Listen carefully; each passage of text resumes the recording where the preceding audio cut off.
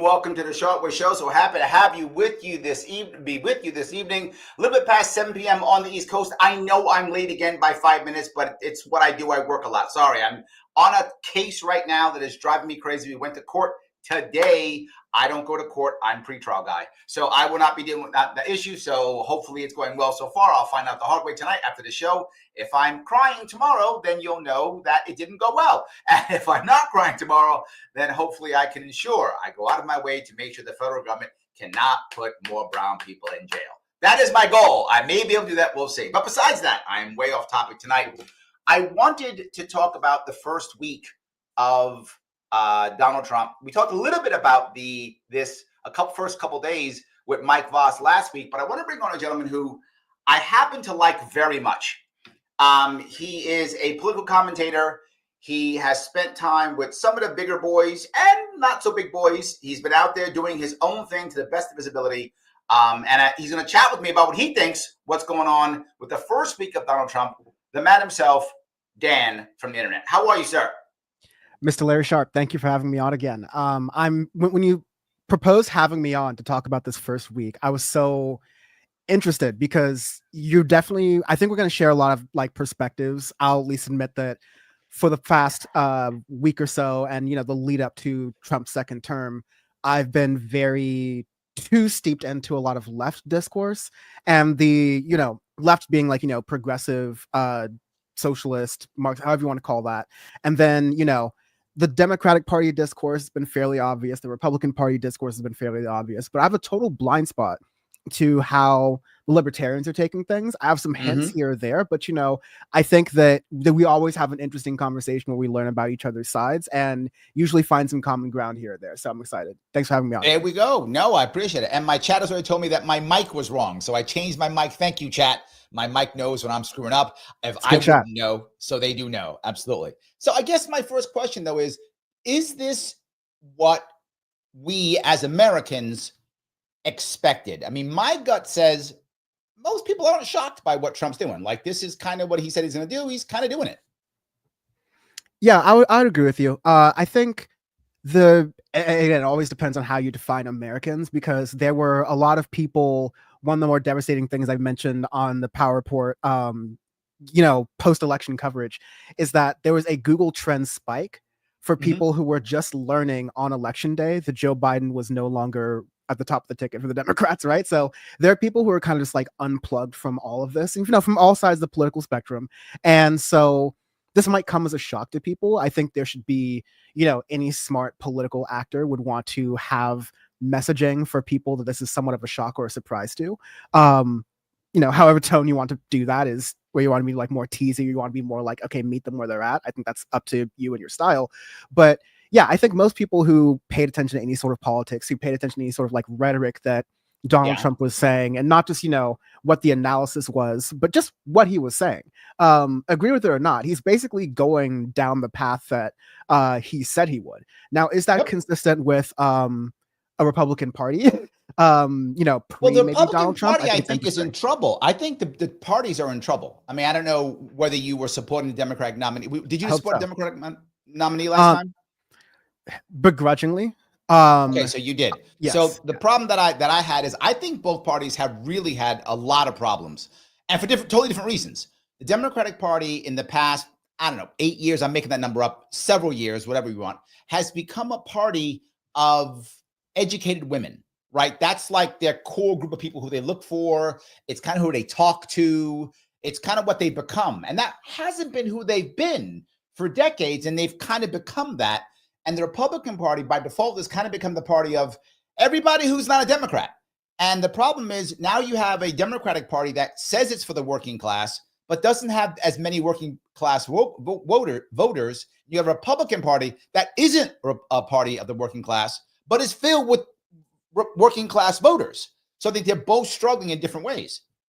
Well, yeah, but I think something has to be said that the Republicans have been doing this decades-long campaign through media, through think tanks, through all these other different institutions to delegitimize liberal or even centrist institutions by saying, oh, they tax too much, or oh, they're biased or whatever. Like, you know, just like, oh, they're bought and paid for, but like they have this entire media ecosystem and all these different, you know, so-called independent platforms with millionaire backing when you really dig and look into it. They're not really truly independent or truly grassroots. They've been laying the groundwork for a lot of this stuff to the point where not only are Republicans fighting against a Democratic Party that is just like of their own creation. I don't think the Democratic Party that Republicans are talking about is like really the Democratic Party. Not that I disagree with what you said, but I just think the idea that Kamala Harris and Tim Walz ran on woke when they very deliberately tried not to mention anything that could be construed as such. It's just like we for better or worse, the public has accepted the Republicans' view of how the Democratic Party is. The Democratic Party. Hold on. They kind of did, though. They kind of did. Okay. And what I mean by that is, if you look at maybe not the actual campaign, meaning not Harris. I agree. I think Harris ran away from core Democratic issues completely. She tried to become a Republican, basically. I completely agree with you on that. But all of her surrogates in the media, surrogates who were talking, they were all like, no, if you vote, my governor, who was one of her surrogates here in New York State, her words were, if you vote Republican, you are anti-woman and anti-American. And we had other people throughout all of like the MSNBCs of the world who said things literally like, if Donald Trump wins, there'll be no more elections. And they literally called him Hitler, like literally called him Hitler. So you're right. Harris didn't. That's accurate. But like all of our surrogates did, didn't they?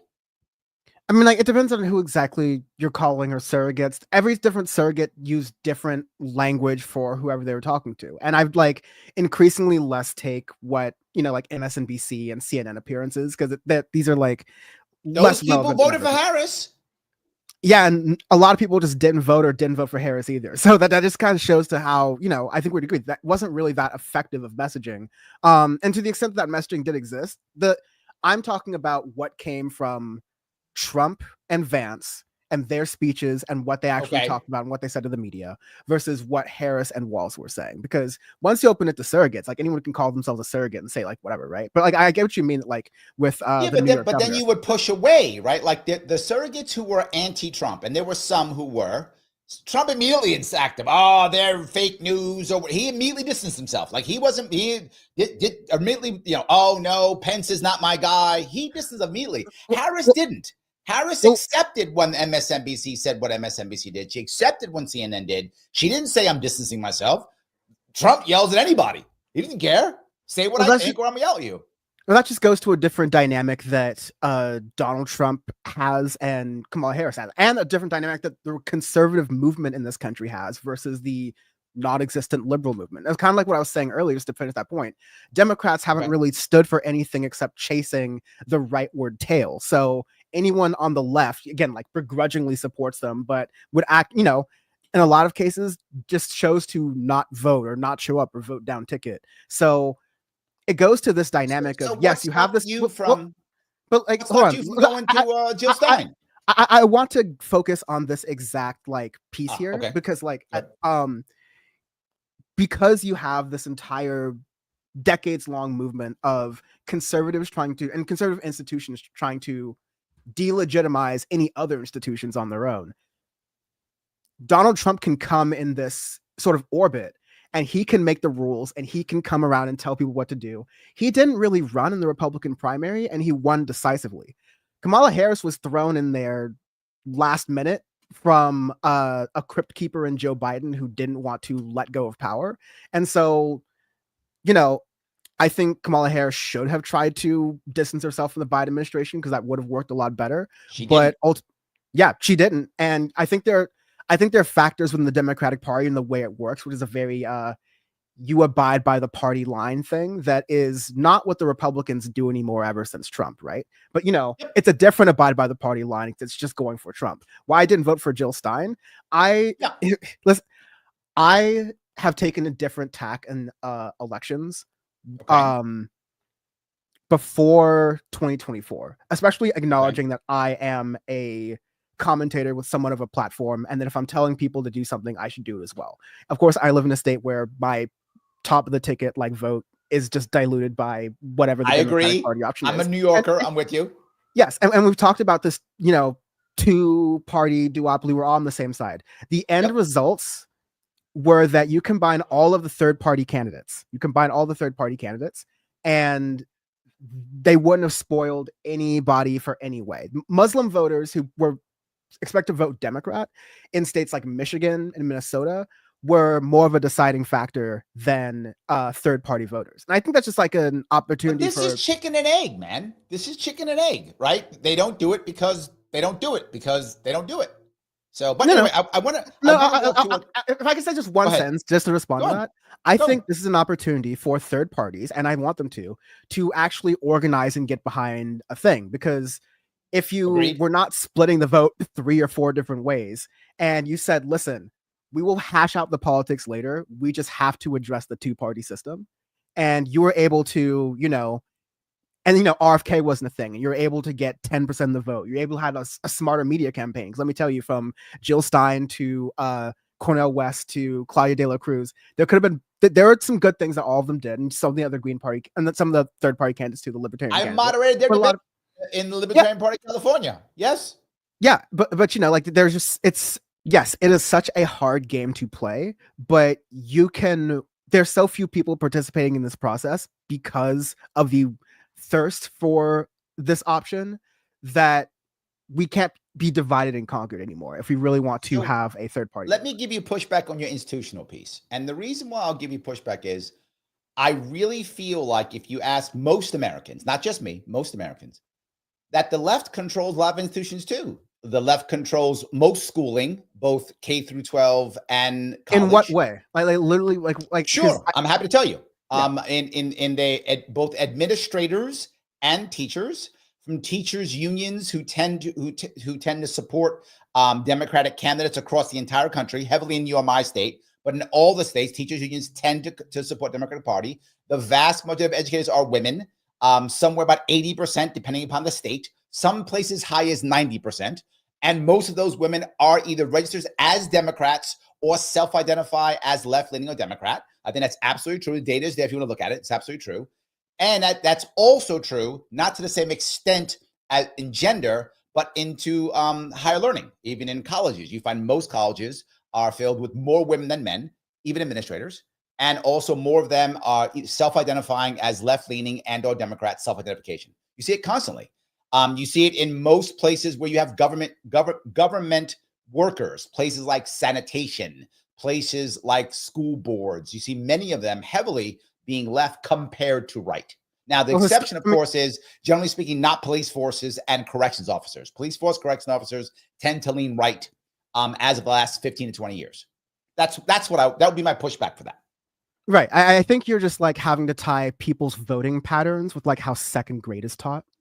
And I'm just like, I'm not seeing that. You're also having to tie like, I have some knowledge of the dynamics and the relationships firsthand, from school districts and teachers unions to school administrators to state governments, which are really, you know, last I checked, there are more red states than blue states. Like the populations are different, but there are more red states than blue states. So you have more red states who are controlling curriculum on the state level. The Department of Education has like some, like the main Department of Education has some standards here or there, but like it goes back to the idea of, a lot of the people who work in tech vote Democrat, therefore these are the biases for these platforms. You don't see any sort of change in how individual tech workers who tend to live in coastal areas and work around people who speak a lot of languages. So just like there's certain things with the conservative movement that doesn't have to be this sort of like white and racialized, but that exists. I just have never really seen this connection of these individual people here vote in this way. Therefore, the way these people vote really influences their work, which are not like political decisions, they're coding decisions, or like they're Well, I marketing think decisions. coding, but And those something else, and those though, like right? and then those broader decisions are usually made by executives who care less about politics, but are more about like which way the wind blows. Because all those tech CEOs you saw, it's not that they change their opinions that much. They're Sure. like, okay, who's the person in power? If they're a Democrat, okay, we'll Sure. sway a little bit more this way. Okay, if they're a conservative, we'll sway a little bit more this way, because wherever the tax cuts are, we're going to sway towards that way. I think those power pieces are really but are important. you honest? Hold on. Are you honestly going to say, and living in like California, right? I know it in New York. It's not, New York is worse than California when it comes to teachers unions, but teachers unions have a very strong effect on elections in California, insanely strong in New York State. So that what I'm saying is, I'm not saying that all of a sudden the left runs things. That's not what I'm saying. What I'm saying is there is a push from the right in certain institutions, correct, and a push from the left in institutions too. This is far more 50-50 than like 90-10 Republicans, right? Well, I'm talking about where the money goes. I'm talking about where, you have, I put it like this. You have some, I won't even say progressives, but you have some liberals who might be buying or spending money on endowments for colleges or these different economic things, right? But you're going to just generally how that works have people who are more business oriented, who have tens of millions of dollars to throw around on donating to these pipelines that take conservative leaning law students in college and pipe them towards federal judgeships. You just look at, does that exist on the right and does that exist on the left? And I also want to remind, just like, look outside of government institutions, not just like, oh, the secretary or the department of this, department of that. But we know, of course, like we're outside the two-party system, that you have lobbyists, you have all these other outside influencers that have just as much of a role on government, because you kind of don't know about them. You don't think about all these judgeship or clerk programs, but when they're organized and specifically run to pick out students and people who will vote in a certain way, who have a certain worldview, you just have to look and see if Democrats have that or are doing that. And first of all, I want more like Lena Khans than standard sort of judges and rank and file people that Democrats usually hire, because I have more bite to them. But you just don't have those same institutions working around there. You don't have that same sort of money. I mean, those institutions exist, but they're the ones who are downsizing and letting people go and doing layoffs, while the other ones have money from businesses and business interests who would rather pay these little institutions to feed these people into government than pay taxes. Or, I don't know. The weird part I feel on this one is, I feel like when it comes to institutions, I don't see a dominant government institutions. I think are dominated more by the left. I think that's true. Private institutions are dominated more by the right. I think it's true. But both have power. This country is still almost 50-50. It's not like one side is dominating the other so much. It's definitely, we can't, it's 2025. We can't think 50-50 anymore, because that's like me saying, oh, I think most business people operate as libertarians. It's like, not really. It's there's the left and people who vote Democrat, and things that are closer to the stereotype of how Republicans have painted Democrats is something that is unpopular with the country. It's unpopular with me. It's unpopular with most Republicans. It's unpopular with most centrists. But I think what people on the left are talking about is something different than, left of the Democratic Party, is something very different than the mainstream critique of the Democratic Party. So let me then shift, if I could, to what I think most of the country is thinking, right? I think most of the country, and when I say most, I mean more than 50%. And I think I'd go probably 60%. It'd be what I would say, maybe a bit more, is either satisfied or happy with what Trump is doing for the past week. Do you think I'm wrong on that? Sorry, what was the first part of the question? I think more than 50% of the country, I would say 60% or so of the country, is either satisfied or happy with what Trump is doing in his first week. Do you think I'm wrong on that? I don't have even a lick of data to do that, but I think people, presidents in their first week tend to have like a favorable weighting because they were just elected. There's no Yep. real reason to hate them yet. So I would imagine that Donald Trump might be enjoying some sort of like, momentary high from that. But, like with all presidents in this country, I mean, as being like a New York resident or even like being around New York City, I experienced it very much in LA. Part of your job in being the mayor is a punching bag. Like everyone's just gonna hate you after a certain point, and the honeymoon's gonna wear off. I don't know. I think that again, I am of course seeing a lot of the communities that I'm around which lean left, but I'm seeing a lot of surprise. I'm seeing, I'll put it like this. You're seeing surprise. I'm seeing surprise and not in a good way. I'm seeing people who like were somewhat political, but they thought that different things being said were hyperbolic, and now they're saying, "Oh no, he's actually serious about doing these things." And then in a media context, I think you're kind of framing this as like, is it a good job or a bad job? But I think that what people are noticing is that there is a deliberate strategy of Donald Trump that is not too dissimilar from his first term of like being a bull in the china shop, but it's a lot more focused. And he has some executive orders that are extreme. I think the one that gave even some conservatives shock were attempts to repeal part of the 1964 Civil Rights Act. Mm-hmm. That was a whoa moment for a couple people. I think, but these things are going to be immediately challenged in court. You have conservative courts, but then we're going to see exactly how far this stuff goes. And we kind of know Donald Trump was going to do all these different things that were going to challenge and stretch the Constitution.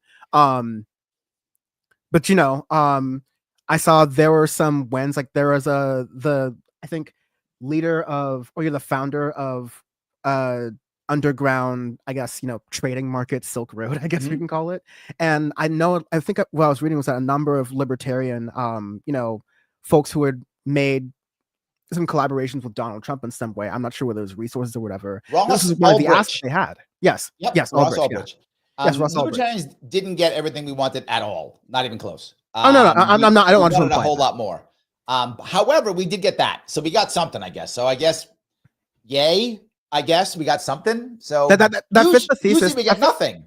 That fits the thesis of Trump as a somewhat transactionary politician, which is agreed. I think a fair thesis. And agreed. You wish Democrats would do a little bit more of that transacting too, when they get in power, because it's really like the first 100 days are the last 100 days that the Democrats pay attention or even pretend to give lip service to the left of their party. And sometimes that's important with certain nominations, but it's a big issue with them.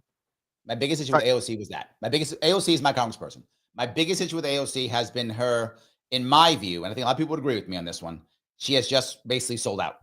It has not been even a little bit transactional. Just, if you're going to sell out, get something, is all I'm saying, right? If you're going to sell out, come home with something, right? I sold out, but look, I came home with this. Okay, we'll take the sellout. You came home with something. She's selling out, not even coming home with anything. So I'm not happy about that. I agree with you. So the Libertarian Party was split. You were asking about Libertarian Party. It's split probably about in half, maybe a bit more. Libertarian Party this year did not do well at all. It did one as worse as it's done in a long time.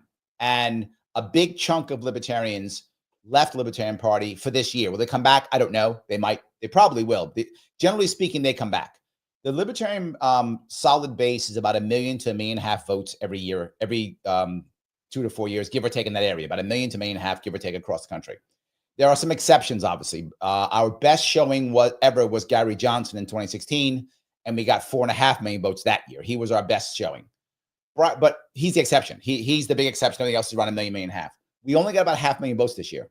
So that means about 1 million libertarians went someplace else. A bunch of them actually went to initially RFK Jr. and a bunch went to Trump. And when RFK jumped ship, a whole lot went to Trump. A lot of libertarians did vote for Trump this year. I think that's true. A lot did. And they wanted more. And most libertarians that I know are not satisfied yet. They would like more. Some are happy. Some are like, yay, we just hate Harris. she's a communist or whatever they said. I know she's not a communist, but that's the story. So yay, we didn't get her because she's a communist, so that's great. So some are that, but I think most of them are like, we like a little bit more if we could. We would like that a lot if we could get more. So I think that's what most libertarians are. That's interesting. Yeah, I think the reason I've learned a lot of interesting things, even just like within my own coalition, being like the political left over the past couple months, and kind of the I guess the autopsy phase of everything that's happened, right? And I found that everyone kind of like approaches politics and comes to politics with very different, like vastly different stakes. And those stakes can sometimes inform not just your opinions, but how strongly you go towards your opinions. So I think one major failure of Kamala Harris was holding Joe Biden's line on the war in Gaza. 100%. Yeah, I think you were able to see, you know, and that hurt RFK too. Oh yeah, absolutely. And you know, I think you're able to see that. And in the piece that I was holding on to as well was that I don't think I have it in my heart to tell someone who is Palestinian American, Lebanese American, Muslim, or, you know, in the a straight white man who grew up in Iowa, who like has a really like has their heart has just like been shattered multiple times, seeing what's going on, maybe even knowing people who have been victims of this, like, you know, of the Biden administration's assisted efforts in supporting, continuing, and protecting those most responsible for the retaliation of October 7th. And, you know, I think that was a moment right there where you were able to see. Wasn't Harris going to do it too? Wasn't Harris going to do it? Wasn't Trump going to do it? I mean, the Most reality likely, of it is, both, but I mean, I don't mean to be mean on this. I disagree with this. I do not want Gaza to be bombed. Let me make it clear. It's not what I want. It's not what libertarians want. It's not what the Green Party wants. I don't know. I see all that Marine stuff behind you. No, I'm just kidding. I was a Marine 100%, and I've said it before, and I'll cover that in a second. But the first thing I'm going to bring up is the anti-war movement's only in the third parties. It doesn't exist in the two major parties, right? It's only in the third parties, right? Even the Constitution Party doesn't want to bomb them, right? I mean, even they don't. Like, they're the only ones who actually, you know, don't want to do anything. So my point being, even though I don't want it, don't we have to accept that it's gonna happen? And shouldn't we try to then get the best we can, knowing that that's going to happen? Am I wrong? And so you're right. And so that's how everyone was voting. But because everyone is approaching, everyone, even on the Democratic Party side, or, you know, whether you chose to vote for a Democrat because you believe for whatever reason that Kamala Harris was harm reduction and that maybe she would listen to reason, or you chose to vote Trump because you, again, for whatever reason, believe that he would, you know, lead to a medium to long-term end to the suffering of Palestinians and not just trying to profit off of the destruction that Israel has wrought. There are some people who are like, you have to vote within that two-party system to send whatever message you want to send or get whatever outcome you want to send.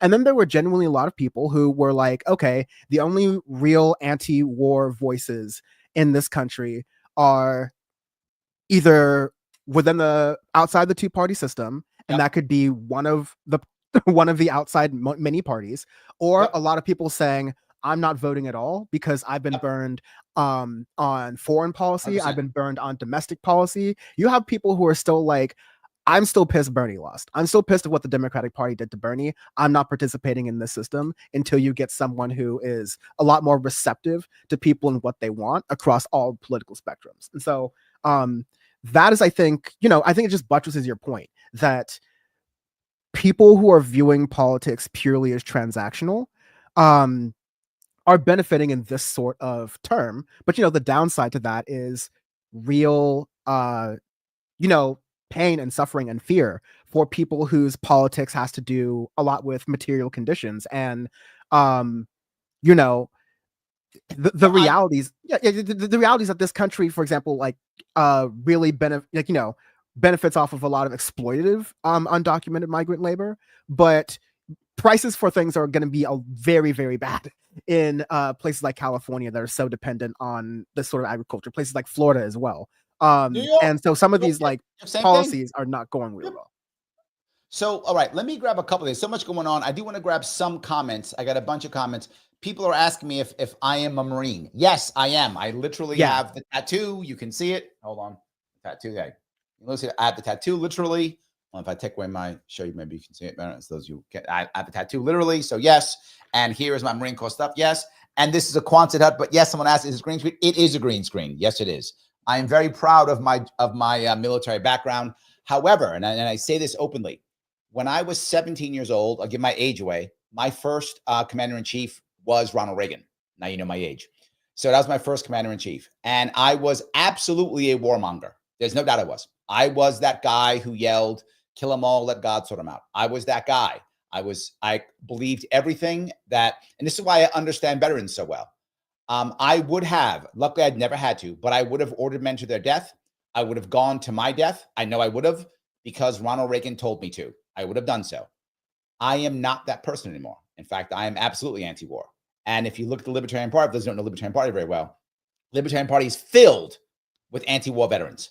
And I mean filled with anti-war veterans, because we all believed that we were going there and fighting for liberty and freedom. And then we figured out afterwards we were doing it for our corporate overlords. And then we came back and said, no more. And many veterans have a problem with that. And some go, you know what? I can still fight for liberty and freedom. I'll be a libertarian. So you find a lot of people who do that. It's a common issue in the Libertarian Party. You will find many people actually who watch this, who actually will tell you the same thing. Yeah. So no, I've seen it myself too. Yeah. Yes. So I want to add, and someone else teasing me about over my shoulder here is a penguin. Yes, this is a Batsumaru, which is a little trinket that my daughter gave me, who is 14. She gave it to me when she was like 11. So I keep it here. That's what that is. So that's some of your people are asking that question. I wanted to answer them from the chat. I didn't want to leave them hanging. I didn't want to leave them hanging. So I do want to go, if I could, to a couple of things. I want to talk about the executive orders. He did a lot of executive orders. Now, what I am thoroughly impressed by, and people may be upset at me, but I'm impressed. I'm impressed that he actually went through with them all. A lot of guys talk trash. He talked a lot of trash, and he went through with it. And this part, I'm like, good. You talked the trash and you did it. I'm not unhappy about that. I am happy that he went through with it. I'm not saying I'm happy with every one of them that he did. I'm not saying that. But I am happy that we're actually doing this. I hope, and as crazy as this may sound, I'm actually hoping this is a precedent. I'm hoping it's a precedent that if someone says they're going to do something, you vote for them, and they freaking do it, which we have not seen. Now, again, you may hate what he's doing, but I think this precedent of I'm going to say some stuff, and it's not just talk to get elected. When I get elected, the stuff that I told you, I'm going to do it. I hope this isn't the exception to the rule. Am I off on this? No, I agree in principle and in strategy that you run on things you want to do and you utilize that bully pulpit. Like, I really don't think there's been a Democrat who has done that since Obama, and that was the slimmest of majorities. And I think he had like the real crisis of the financial crisis that gave a lot of people a lot of people being burned out by the Republicans at the time for being very pro-war. So just to kind of buttress your earlier point, that I think that was the last time where a Democratic president really felt like, okay, they had some real feeling that they could do what they want to do. Biden was also kind of a crisis president, just like didn't have that juice in him. And Obama's second term, I think he was just like so burned out from the Obamacare fight, plus not having a really solid majority from the Democrats to do anything. But yeah, you have to, we can't ignore, and I kind of want to like put this question back on you, because I think it's one thing to say the strategy is good, but I think from a, I don't even think it's a libertarian perspective, because I think like all these different words can mean different things, but I want to get into like the meat of some of these policy ideas. Sure. I think, one of the more everything's interesting, but a really interesting topic is what he's doing with federal freezing, federal like freezing of like hiring, mandating that federal workers return to office. I'm wondering, would you consider this to be bigger government or smaller government? Because it's definitely kind of an overreach, and it's kind of taking this blanket approach towards a lot of these, increasingly vital, increasingly crucial services, whether you agree with them or not. But some of this is like, I don't know if right now is the time to start cutting hiring for things like FEMA, especially as an Angelino, as a Californian. I'm curious. I would add a bunch of things to this. One of them is, again, theory versus practice. In theory, of course, I want to cut them. Libertarian. Of course, theoretically, I do. So to the point of, do I like the concept of cutting? Yes. Also in theory, can't stand executive orders unless they repeal other executive orders, right? I would like the Congress to do its damn job. It doesn't, right? And so the president just decides to do whatever it wants, and our judges don't do anything about it. So executive orders go all over the place. I can't stand executive orders. That's theory, right? So in theory, I always want to cut. In theory, I want as few executive orders as possible. Executive orders are supposed to be to tell people how to execute a law, not a law, onto itself. That's what's supposed to happen. Clearly, we've gone far past that. Now executive orders are basically laws. So theoretically, that's my theoretical part. Now, in actual practice, I'm not upset with him telling workers to come back or not. I don't actually care either way, to be forward. It's not a deal breaker either way. I don't care. If the people think they should come back, come back. We're paying for the office space anyway. We've got like 30-year leases on half of these goddamn places, and we're paying for it anyway. I don't care. It's not a big deal to me either way. If they come, if the job gets done, to me, fine. To me, it should be because you have, I think broadly speaking, whether you're a government employee or not a government employee, if you have one of those jobs where you can get the majority of it done, then you can have a more efficient business that can reinvest some of this, long-term leasing money into that business or into other initiatives that will ultimately government doesn't do that. You're correct. No, government doesn't do that, though. Never does that. Oh, well, if you lead the government, then you can. If you have someone who can, you can't just say government can't do it, because you would used to say, government doesn't just issue 30 executive orders on the first day. And then someone comes in who was elected to do that. So I'm we're the third party people. Yes. We can have political will to do that. But I think that I think there's a lot of inefficiencies that if you really cared about the inefficiencies, you would, Project 2025 would more be a study into how that was virtue signaling. That order was virtue signaling. All I'm saying is I don't really care. It's not that big of a deal to me, is all I'm saying, right? That's not high on my priorities. But yes, I agree with you. It was virtue signaling, but I don't really care that much. I question kind of like, why is it high in priorities if it's something that could, like, if you really care about cutting government but keeping the things that are important, then okay, let's look at the agencies that actually can work from home and let them work from home. And the agencies that do need to come in, come in. Yeah. Virtue signaling is the inefficient government thing that Republicans and Libertarians were criticizing Democrats for doing, rightfully or wrongfully. So I think it's happening right now. So like, I don't believe, maybe I'm a little bit more like a, whatever your ideology is, you take that as not like a gospel, but you just take that theory as far as you can. It seems too much like revenge politics, you did it, so now let's do it back, is the way things are going, versus let's have a vision of government and remake it in that way that is informed rather than, what are my political enemies? What is my retribution? How can I do that? But you asked my opinion and I gave it. Like, it's not a big deal to me either way. If he had done that or not done that, I wouldn't have cared either way, is all I'm saying. I wouldn't have cared either way. What about repealing the Civil Rights, the piece of the Civil Rights Act he was talking about? I'm not sure it matters that much. The Supreme Court's kind of already destroyed it. So I'm not sure it matters that much either, to be forward with you. Again, virtue signaling. I don't think it really matters that much. Because the Supreme Court's already basically said, we don't got to renew it. It's done, right? They've already said it. So I don't know if that really matters either. I think it's also virtue signaling. I don't think either one of them is that important. His idea of the DEI piece, getting rid of that, all on board. All on board. You think that's not virtue signaling?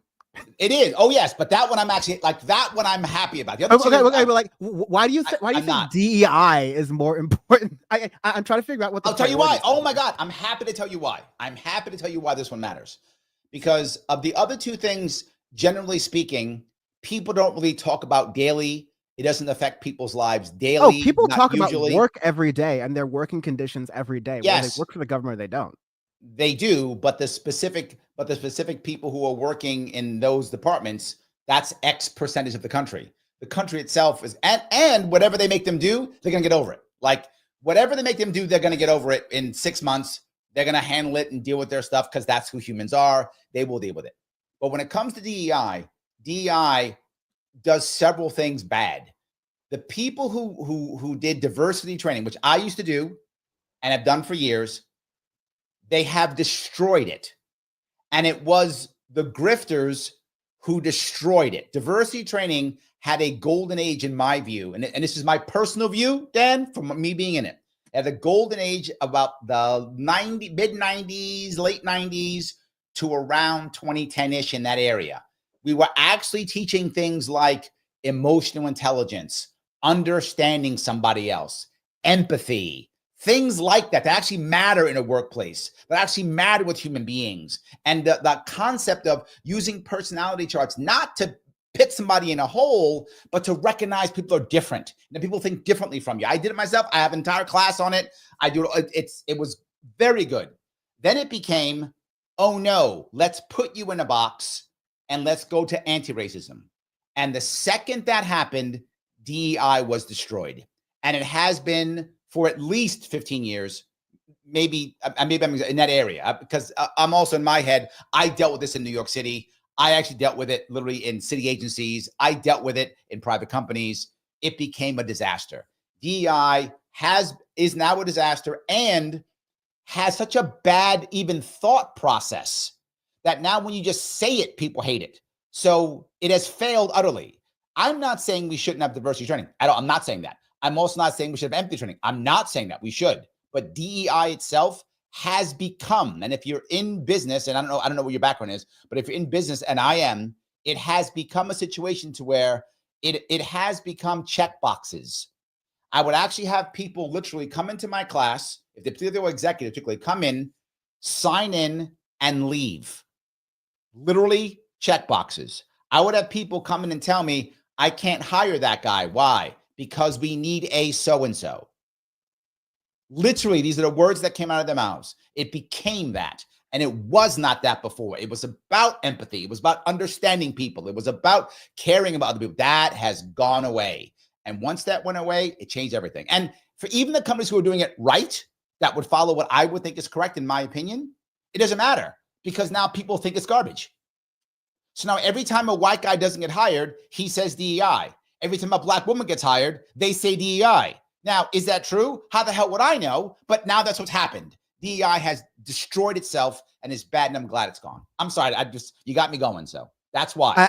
I got you. And I think I'm in the absolute flip here where like, I have just always seen DEI as the latest version of cancel culture, as the latest version of political correctness. It's like a shadow box thing that conservatives can go towards to get to the actual things they're trying to get rid of, right? Because like I have yet to see any like major real studies defining DEI as something that, you know, it can be nebulously be defined as you know, workplace training and meetings. It can nebulously be defined as workplace hiring practices. It can nebulously be defined as you know, what products Target or Walmart has in their stores. I think you're literally making my point.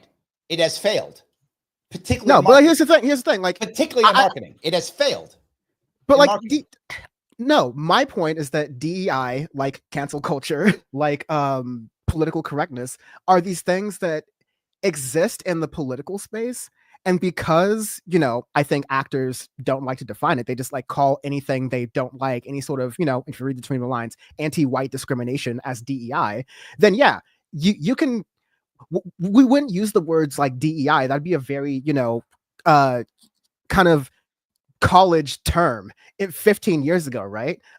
People weren't like ranting about these like workplace trainings, but people were ranting about, oh, I bet that black lady didn't deserve that job me, a white man, should have had. Oh, it's just like, you know, political correctness that's happening, that's infiltrated the workplace, and now it's hard for white people. Like, it's the same stuff that's been said for years and years and years. lights up the Republican Party base, not all Republicans, but lights up the people that allows them to get the power that they have right now.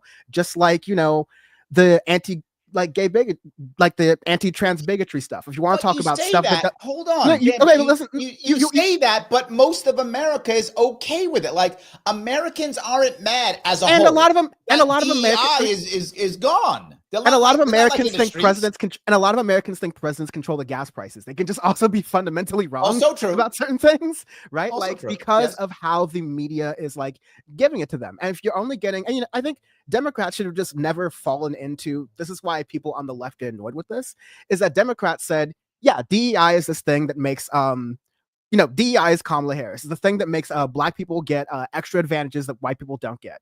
Instead of saying no, if someone is doing what you described, which is, oh, we need to hire this person, that is workplace discrimination. Like that is protected, right? Like that should not be happening. It is not protected. There are already laws against that. Okay, but that's the argument that you say, but there's a difference between that and what you got and you were hearing from people in the immediate aftermath of the election was like, oh, go ahead and let's bring back catcalling in the office and make sure all the women are wearing all these skirts. You have people who are like, I can't wait to say the R word, slurs for people with developmental disabilities in the office now. Let's go back to this old thing. There's a certain point about like, and I think you agree with this, Larry, like, unfortunately, workplaces are where we sometimes have to interface with these rougher edges and these edgelord sort of opinions because people need to work together. And if people are, if someone's calling you the N-word and they're your boss in the workplace, that's going to affect work. That's going to affect a lot of different things. But that is different. That is different. You're exaggerating though here. You are exaggerating here. I'm literally not. Please, are you going to tell me that a common thing throughout America is bosses dropping the N-word to their black employees? Now, I'm saying people are having racist, sexist experiences by people or who have power dynamics over them in the workplace. And, I'm saying that a lot of people, many of those times, it's accidental or inadvertent, but it could totally be handled by, one of these little, trainings. For some people, it's checking a box, but you know what? It is important to happen because in a workplace there are certain protections. But let me tell you the difference between the two. Hold on, let me tell you the difference between the two. This is why it matters. DEI is just like a creation by a conservative media is really the difference.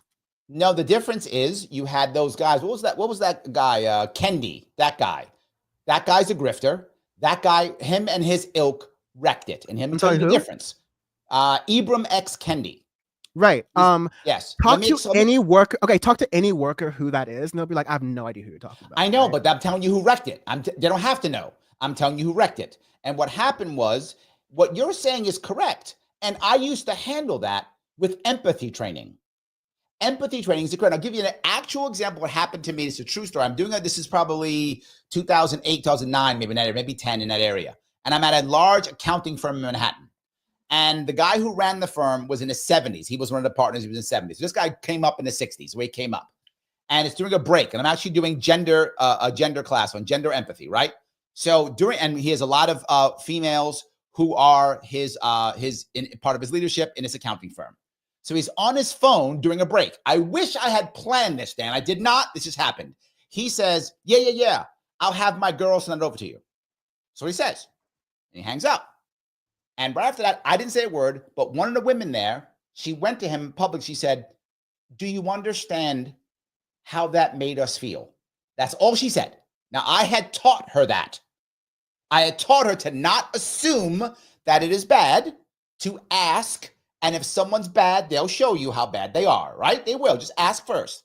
And you can see his face. His face went first from, like, what are you talking about? And then right to, and he said, I'm sorry. He actually said, I didn't get it. This is what it was. And then I kind of defended him. I said, look, I understand where he came up. Back in the day, when my mom was coming up, literally on her resume, it said office girl. That was the title. The title in the world was office girl. We've changed since then. He didn't, and this went over so well. He actually learned. He actually changed his mindset. He actually understood that what he said bothered. And yet, I mean, there must have been, what, 20 people in the room? So probably about I agree with you, 8 or Larry. 10. I don't think the Republicans are drawing this nuance when they're attacking all these DEI people. I'm not saying that. What I'm saying is DEI has failed because it isn't that anymore. Well, that's what I'm saying is that, like, what it is now. Hold on, I gotta go one more step. One more step I gotta go here because this is a big deal for me. You can tell I'm excited about this. It is a big deal for me. It used to be that for someone to be somehow punished or taken out back or whatever the case may be, they had to do something. The person had to express that there was an issue or concern. Then they had to do it again, and then they were punished. Those days are gone. Those are now, you make the error and you are punished. That is modern day DEI. You make the error. And so what happens when you make the error and you're punished? Well, now you hate the system, you hate the people because it's unfair to you. But if you get a chance to repent, a chance to change, a chance to grow, you don't feel that. DEI has destroyed that. Empathy training does work. DEI does not. And Ibram X. Kendi was the beginning of that garbage. The rest of the people jumped on him. He is a grifter and a horrible human being, and he wrecked it himself with everyone who got behind him. I'm sorry, I'm done yapping, Dan. I apologize. No, I understand you're worked with this. I just challenge you to think of what is the definition of DEI being worked with, because I think because it's a nebulous term, people who are more nuanced can think of these things, and I can go, well, I just have never heard of any company or any government institution that has a one strike policy for microaggressions, right? You can cherry pick. They're all over. I'm sure you can cherry pick all these stories, but just like how the average worker who has been through one of these don't touch black people's hair conversations at work have no, like, it's just like, no, you're right. It's much more of that and much less of, sorry, we have to let you go because we're replacing your job and hiring a Latino person. There are a lot of descriptions like agree. that. Most people are getting replaced by some kind of tech, not by a Latino person. You're right. It kind of just goes back to, and there's a recent example of this. There's a big attack against affirmative action. And the idea behind affirmative action for the entire time is you're giving seats to unqualified people of color and women that should be going towards qualified, well-educated, what it ultimately became was whites and Asians. They repeal affirmative action. Guess what happens? Fewer whites and Asians and women are actually getting admitted into some of these colleges because it turns out the merit was working in a different direction. And so you had this attack that was like fueled by a lot of conservatives to go against this thing. And the thing that they wanted to happen ultimately happened, and that they were able to repeal affirmative action because they were like, okay, now we can get these colleges that are still overwhelmingly white and Asian, and now we can get some more qualified people in here. And they're finding that the demographics are shifting, that things are splitting differently. And so I've seen Republicans do this time and time again with, they pick a scapegoat in society. They pick someone who, you think the number of government employees working from home is small. The number of trans athletes is small. All right. Like I just don't spend time on the issue because I'm like, leave it up to the states, let people swim. Like, yeah. So like, but you compared to how much time, Trump is going after being trans in the military, which I think is ridiculous. One thing is that a lot of trans people face a lot of discrimination in this country, due and no help to the Republican Party and due and no help to the Democratic Party at times. But like many people who face discrimination in society, they're able to get jobs with the government because the government has very strict policies on not being able to discriminate. That's why there's a stereotype of a lot of black people working for the post office. There's a thing where a lot of trans people work for the military. They're defense contractors. They're some of the smartest folks who are especially helping us in tech and defense. All right. There's obviously. I'm not fighting you on this. I'm saying the same. We're agreeing. I'm not fighting you on any of this. I don't think there's an issue with any of that stuff. I don't think we're disagreeing here. I'm glad you agree and that we're saying these things. And I think that's really consistent with libertarianism. That's a beautiful piece about it. But I think that because I have seen Republicans wage these wars, and not just seen, doing right now, these are some of these executive orders. They are doing this again, like you said, it's red meat, it's culture war stuff, sure, but it has real consequences for people that. Yeah, but I want to walk down what I think is an important piece, and this goes down to what Bill Maher said like years ago. He was on the show several years ago. He had two people who were more left-leaning on his show. They were Democratic strategists or something like that. And they were mad at him. And they're like, why do these people vote Republican when it's against their best interest? These poor people vote Republican. What? They're so stupid. And they're so mad. And he goes, don't you understand? And they're like, what? He goes, because they hate you. Because they think you hate them. And this is my entire point. I don't want a lot of these things to be happening. But my point to you is most of the country's okay with it. Why? It's a backlash. Clearly, I would rather do empathy training. But the backlash against DEI has been so strong that the president of the United States can just go 2 genders, no DEI, and the country goes, yeah. That's what happened. And okay, that's my point. My point is they're so upset and so angry that they're fine with that pendulum swing. Totally. They're like, okay, yeah, whatever. No, but Larry, whatever. I think that's what you're saying right here. We're talking about how you had fewer people participating in this election. We're talking about how Democrats didn't really make these things a key part of their issue. They just let Republicans define Democrats as woke and DEI and all of these nebulous terms that could be interchangeable with slurs half the time. And I think it's kind of like the point's right there is that people don't care. And Democrats did not make a case for why you should care. And Republicans just made a case for something, be mad at this. And that worked out really well. And again, that doesn't make it right. That just means that we have a failure of the Democratic Party, which is the only real opposition to the Republican Party institutionally that exists right now. You saw how hard it was for even RFK with the tech money that he had to be able to get on the ballot and all these other different places. So $20 million and couldn't do it. $20 million and couldn't do it. Yeah, I think, people have been hating the Democratic Party already from the left and within the Democratic Party, but there's definitely seeing what the Republican Party is doing and seeing how, ineffective that is, that there is a room for a candidate with libertarian or socialist principles, perhaps a libertarian socialist, if you know what I mean, who can, get people to care about this in a frame that is removed from these terms that have become toxic because of, effective Republican Party messaging that I will add is the effort of decades and billions of dollars in lots of different institutions within our society that has just not been matched on the left.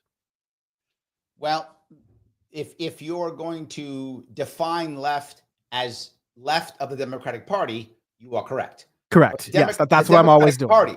Okay, that's clear. Then that's clear because the Democrats have a ton of money too. That's all I'm saying. But they're not left. That's my point. Then I accept. They spend a lot, and they spend a lot more of their money on things that are not investing in a long-term political project. Conservatives do a lot better of a job at investing in the long-term political project, in my opinion. All right, let me grab. I have to do a little bit of business here, if you don't mind, guys. Do me a favor. Dan is giving us so much good stuff. Follow him over on X or Twitter at Dan from the Web. Also, all of his links are, if you go check Rumble, if you check YouTube or Facebook, I put his links there. You can check his links out if you want to check out what he's doing. He's being so good to us, giving us his time. Please help him out if you would. I appreciate it. Click the like button in general. If you don't click the like button, it means you don't like me. And now I'm mad at you. So click the like button, damn you. Do it. It keeps the man, Mr. Rhythm. His first name is Al. His middle name is Gore. And his last name is Rhythm. He likes when you click the like button. So do that. If you have not reposted this yet, please do so. Please subscribe and or follow on all the things. You know, this is live on 8 different platforms. You're watching on one of them. Well, follow it. Do that. It does matter. You can super chat me, which I'm going to cover in 2 seconds if you want to. Please super chat me. It goes right to the front. I know I haven't grabbed as many comments as I used to do. I will grab more right now. But also make sure that you can become a member if you want to. On YouTube, click that join button. I, for the people who may be watching on Dan's side, am a proud capitalist. So please do the $4.99 per month. It will help tremendously. If you're on Rumble, please do it also. You can do it on Rumble if you click subscribe during the live. All right, let me grab a couple of comments, super chats. Austin's a new member. Thank you, Austin. New member. I do appreciate that, my friend. Garrett is gifted 5 memberships. So, guys, if you want to become a member, Garrett's thrown out 5. Please grab a couple of those. I know the membership show was supposed to be tonight, but Dan is cooler. So that's why I brought Dan instead. So we'll do it maybe next week or the week after. We will. Absolutely. Lunatic has a bunch of stuff to say. Lunatic is not happy with you, Dan. He says programming doesn't equal security. Well, that's true. Yes. He says, Dan, DEI benefited white women. Also true, but not only. But yes, also true. And he says, Dan, you are a virtual signaler. And I think he means no substance. He does not like your substance. Did you want to comment on any of those? No, listen, thank you for your passion and caring.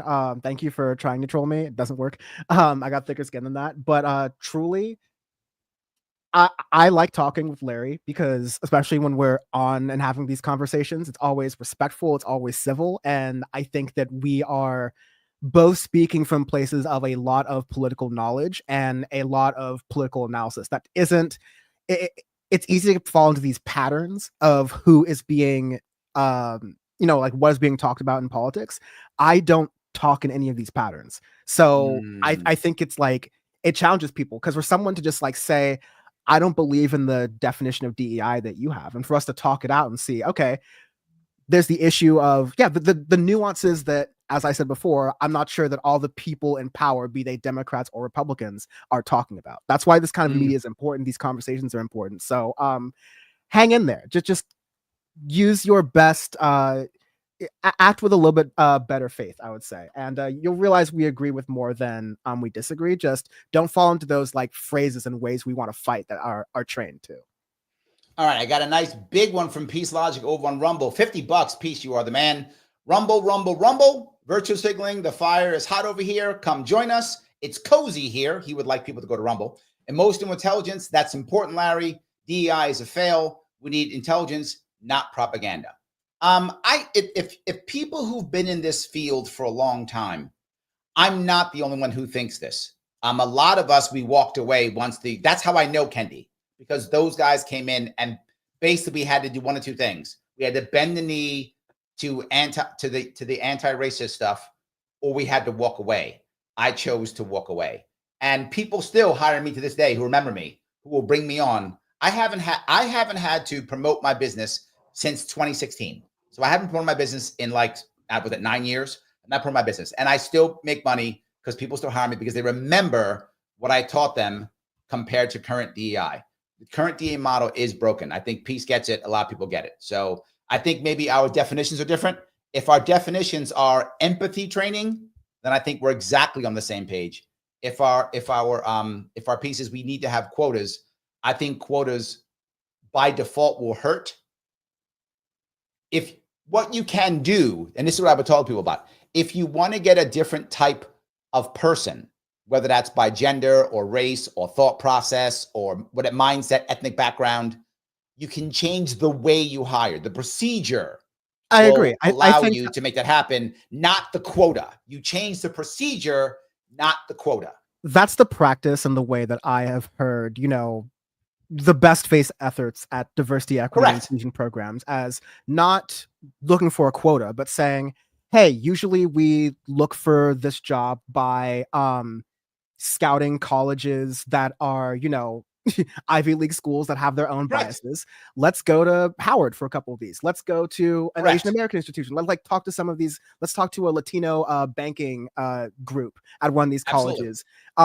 In addition to all the other places that we usually pull from, to acknowledge the fact that there's genius happening in all these other places, but it's not always coming in. You can also create affinity groups within companies. Affinity groups within companies can also facilitate this. It's there goes woke Larry again. There goes woke Larry. I'm just telling you, you can do this without quotas, right? And that's the issue. You can do it this way without quotas. You don't have to have quotas to still get diversity. You can do it. We agree. It's just that the things that we want to keep about so-called DEI are the things that another party wants to get rid of and roll back entirely. And I want to make sure we don't miss the nuance of that, just because I don't think either party wants what we want. No, I agree. The Democratic Party wants quotas. The Republican Party wants nothing. I don't think the Democratic Party wants quotas. I don't think. Come on. Where in the official? Okay, first of all, the Democratic Party lies about everything. But where in the official party platform were the Democrats we want racial quotas for jobs? Okay, I can. Let's talk about some other policies. Sure. Let's talk about some other stuff Trump did. All right, let's move off. You're right, because I was about to give you some, but I will walk away. No worries. Okay. Phil says something interesting. Phil says Tucker is much more independent, but he's gotten worse on economics, but much more consistent with opposition to overbearing power. This piece I think is funny. And I bring up this specifically for you, Dan, because I feel like the independent space has gone both left and right. I think the independent space has one commonality, which is it is much more anti-establishment. Even the right independent space is far more, again, anti-establishment than mainstream Republicans. And the left, obviously, is much more anti-establishment. I think you find a lot more anti-establishment in this. I think so. We've had an interesting conversation on the left about anti-establishment and not. And I think it's a lot more nuanced than that. I don't know if you can call shows, for example, like the Joe Rogan Experience anti-establishment. It's a $100 million show run by big tech for big tech, where they do massaging interviews of some of the, frankly, weirdest people in the world. I'm not really talking about even politically. I'm talking about some of their like views and ideas for society and how they view the organization of culture in a way where I'm just like, yeah, you know what?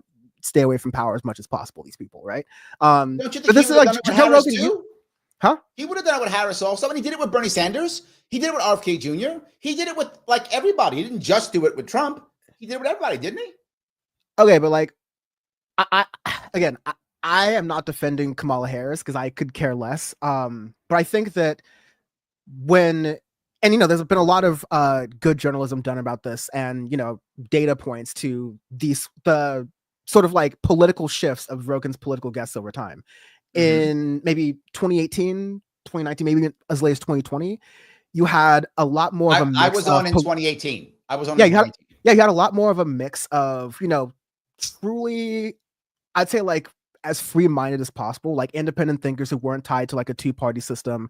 And there was a really good mix of pundits and politicians from the broad left, Democrats, socialists, whatever, and the broad right, maybe libertarians, more like hardline Republican type people. Like, you got more of a mix. Post 2020, that shift has been a lot less of the left and a lot more of conservatives and libertarians. And like, Joe Rogan has endorsed Donald Trump twice in 2020 and 2024, and that's totally his prerogative. But again, I'm talking less about the politics. I'm talking about, you are a multi-million-dollar show owned by Spotify, where they keep renewing that contract, and all of your most recent interviews have been softballs towards the richest and most out of touch people in the country. When Joe Rogan thinks to be different, I'm just like, this is independent media. When you have people who are doing things grassroots, who are trying to get all these ideas together, you don't have to be broke to do independent media. But I don't consider crooked media, right, on the Democratic Party side to be independent media, because they are literally mouthpieces for the Democratic Party and the Obama sort of ilk, and that's before you mention that their main hosts are former Obama speechwriters, right? So like, yeah. I think it's just like, right now, to make that point, you have to be really careful of like, independent media doesn't just mean that like it's not on a cable channel. That used to kind of be the definition, but it's really about how accountable are you to yourself and your audience versus accountable to corporate interests? When you're reading those sponsors, are those sponsors affecting any of your reporting, or does it happen to like, line hand in hand with your analysis of what you're talking about, right? Like, I think we need to be a little, everyone, I'm not saying like left, right, center. I think you and I, we're smart about this, but I think everyone needs to think about do like 2 or 3 steps deeper into what media we're consuming. I want to grab something. I had some guy who was mad at one of you guys is mad at me. So make it fair. Mars Falcon says, libertarians are great. They bring all the comical ideas and incoherent hodgepodge of absurd politics of your typical fascist without guaranteed bigotry and authoritarianism. Tough though to be a fascist without authoritarianism though, Mars. I think you you contradict yourself, right? I mean, I can't be both of them. I got to be one or the other. I am not a fascist, by the way. I preach that. I am a proud comical libertarian, though. That I am. I will cop to that one. That I will cop to. But it's funny. Just be careful about the coalitions you're building. Yes. Yes. But the issue I'll bring up with that is, there is a piece that I feel that this will be the pushback people would give you about Rogan, right? And I think there's some truth to this. And let me tell you why I think this. The guy who ran in 2018, who ran my marketing when I ran for governor in 2018, used to run Veterans for Bernie. He was a Bernie guy. and then became a Larry Sharpe guy, right? Why? Because he saw both of us as rebels. That's what he saw. A lot of people who supported Bernie in 2016, by 2020 had gone to Trump, a lot of them because they saw Trump as a rebel. That was the whole point. They wanted a rebellion. They recognized the system does not work, and they're like, these two parties aren't going to give me a goddamn thing, so I'm voting for whoever I think is the most rebellious. I think a lot of those people, to your earlier point, couldn't even have told you one of Donald Trump's policies. Wouldn't even know. Just knew he yells at people and stuff. And that was the reason why they voted for him, because he felt like he wasn't one of them. That guy that I was talking about, he didn't know any about Bernie policies, but he knew he hated the rich and wanted change. And he's like, okay, I'm in. Like, that's all I need to know. Whatever else is fine. So I think that's one piece. But a second piece, I think someone like a Joe Rogan, I think was more rebellious originally. I do think he's not that to this day. I agree with you. I think he's much more corporate now than he's ever been. However, something else I think happened, and this happens constantly. In the past 10 years or so, it's about the Democratic establishment has been so authoritarian, and that came out in 2016 when they literally railroaded Bernie, that if you're not one of us, you're not good enough. Add on top of that cancel culture, add on top of that scolding, or as I love what Vosh, the title he uses, woke scolds. That's what he uses. And all that was a term invented by Ben Shapiro on the right. Was that right? First person to use it. Yes. I didn't know that. Vosh used that. I heard Vosh use it. That's what I remembered. But that's where I got that. But I love that concept of all of that together. And now you have people who say, I'm going to go to the opposite because I just hate you. Now, I feel there's a lot of people who've gone to the Republican Party because they feel like Democrats hate them, disrespect them, scold them, treat them like children, don't give them anything of any value, lie to them. So they don't know, hey, I can go to Jill Stein. Hey, I can go to they don't know, hey, I can go Libertarian. I can go, they go, well, I'm not Democrat. So one, I check out, to your earlier point. I just check out. Or two, I'll go Republicans, right? Fine. At least I'm looking for some strength, and Donald Trump will yell at them, and that's fine. I'll take it. I feel a lot of that's happened, and this is what I think's happened. And now, to your point, and I learned this, by the way, this is something I learned relatively recently. I learned probably around 2018, 2019, 2020 in that regard. I learned that the left isn't Democrats. When I ran in 2018, if you'd have told me the left, Democrats, left, same, no difference. I could not tell. Socialists, all same, no difference. I couldn't tell difference, right? The right, is all no difference. They're all same. That's how I saw it. It took me time to actually get it. And I'll also give you something else. I'm very open with my errors and with my misunderstandings. I remember, by the way, and this is City and State did an actual report on all of the campaigns in 2018. There were 5 running at that time. I had the most diverse staff. And they said it, not me. So they said I had the most diverse staff. Now, add on top of something that happened. I was so disrespected by Democrats in 2018 that I began to not like Democrats and the left. And I didn't know it. Like, I couldn't see that I was feeling that way. So one of the guys on my team who's much more left-leaning than I am, he said, Larry, why do you hate the left? I said, I hate the left. Yes, you do. I'm like, no, I don't. Look what you're saying, how you're acting. I'm like, shit, you're right. And when I saw that is, by the way, when I went out of my way to start talking to the left. The left was so disrespectful to me and so nasty to me that I didn't want to talk to them. So I had to say, you know what? Be the big boy, put your big boy pants on, accept you're going to be scolded, and go on the left shows and go talk to these people because you need to talk to them. But I got to tell you, a lot of people won't do that. And when the scolding comes out, people will just go, the left sucks, I'm going Republican. I think that's what we saw a lot of. I'm sorry, I went long on that, but I hope you get my point. No, I hopefully, you know, the long and getting the idea through is definitely a style we both share. Definitely me. Yeah. So I the reason I threw out that Vosh using the phrase woke scold, a phrase that originated from the right wing, is, you know, talking about exactly what I'm trying to say. You know, Vosh would be considered to be a, I'd say like within the Democratic Party, but, you know, left of center broadly, content streamer, right? But the idea that he is going, oh yeah, these people are kind of giving the woke scold phrase credence, because I listened to Ben Shapiro's show. I listened to a lot of these different things. I used to like research it, unfortunately. And it's a very particular formula.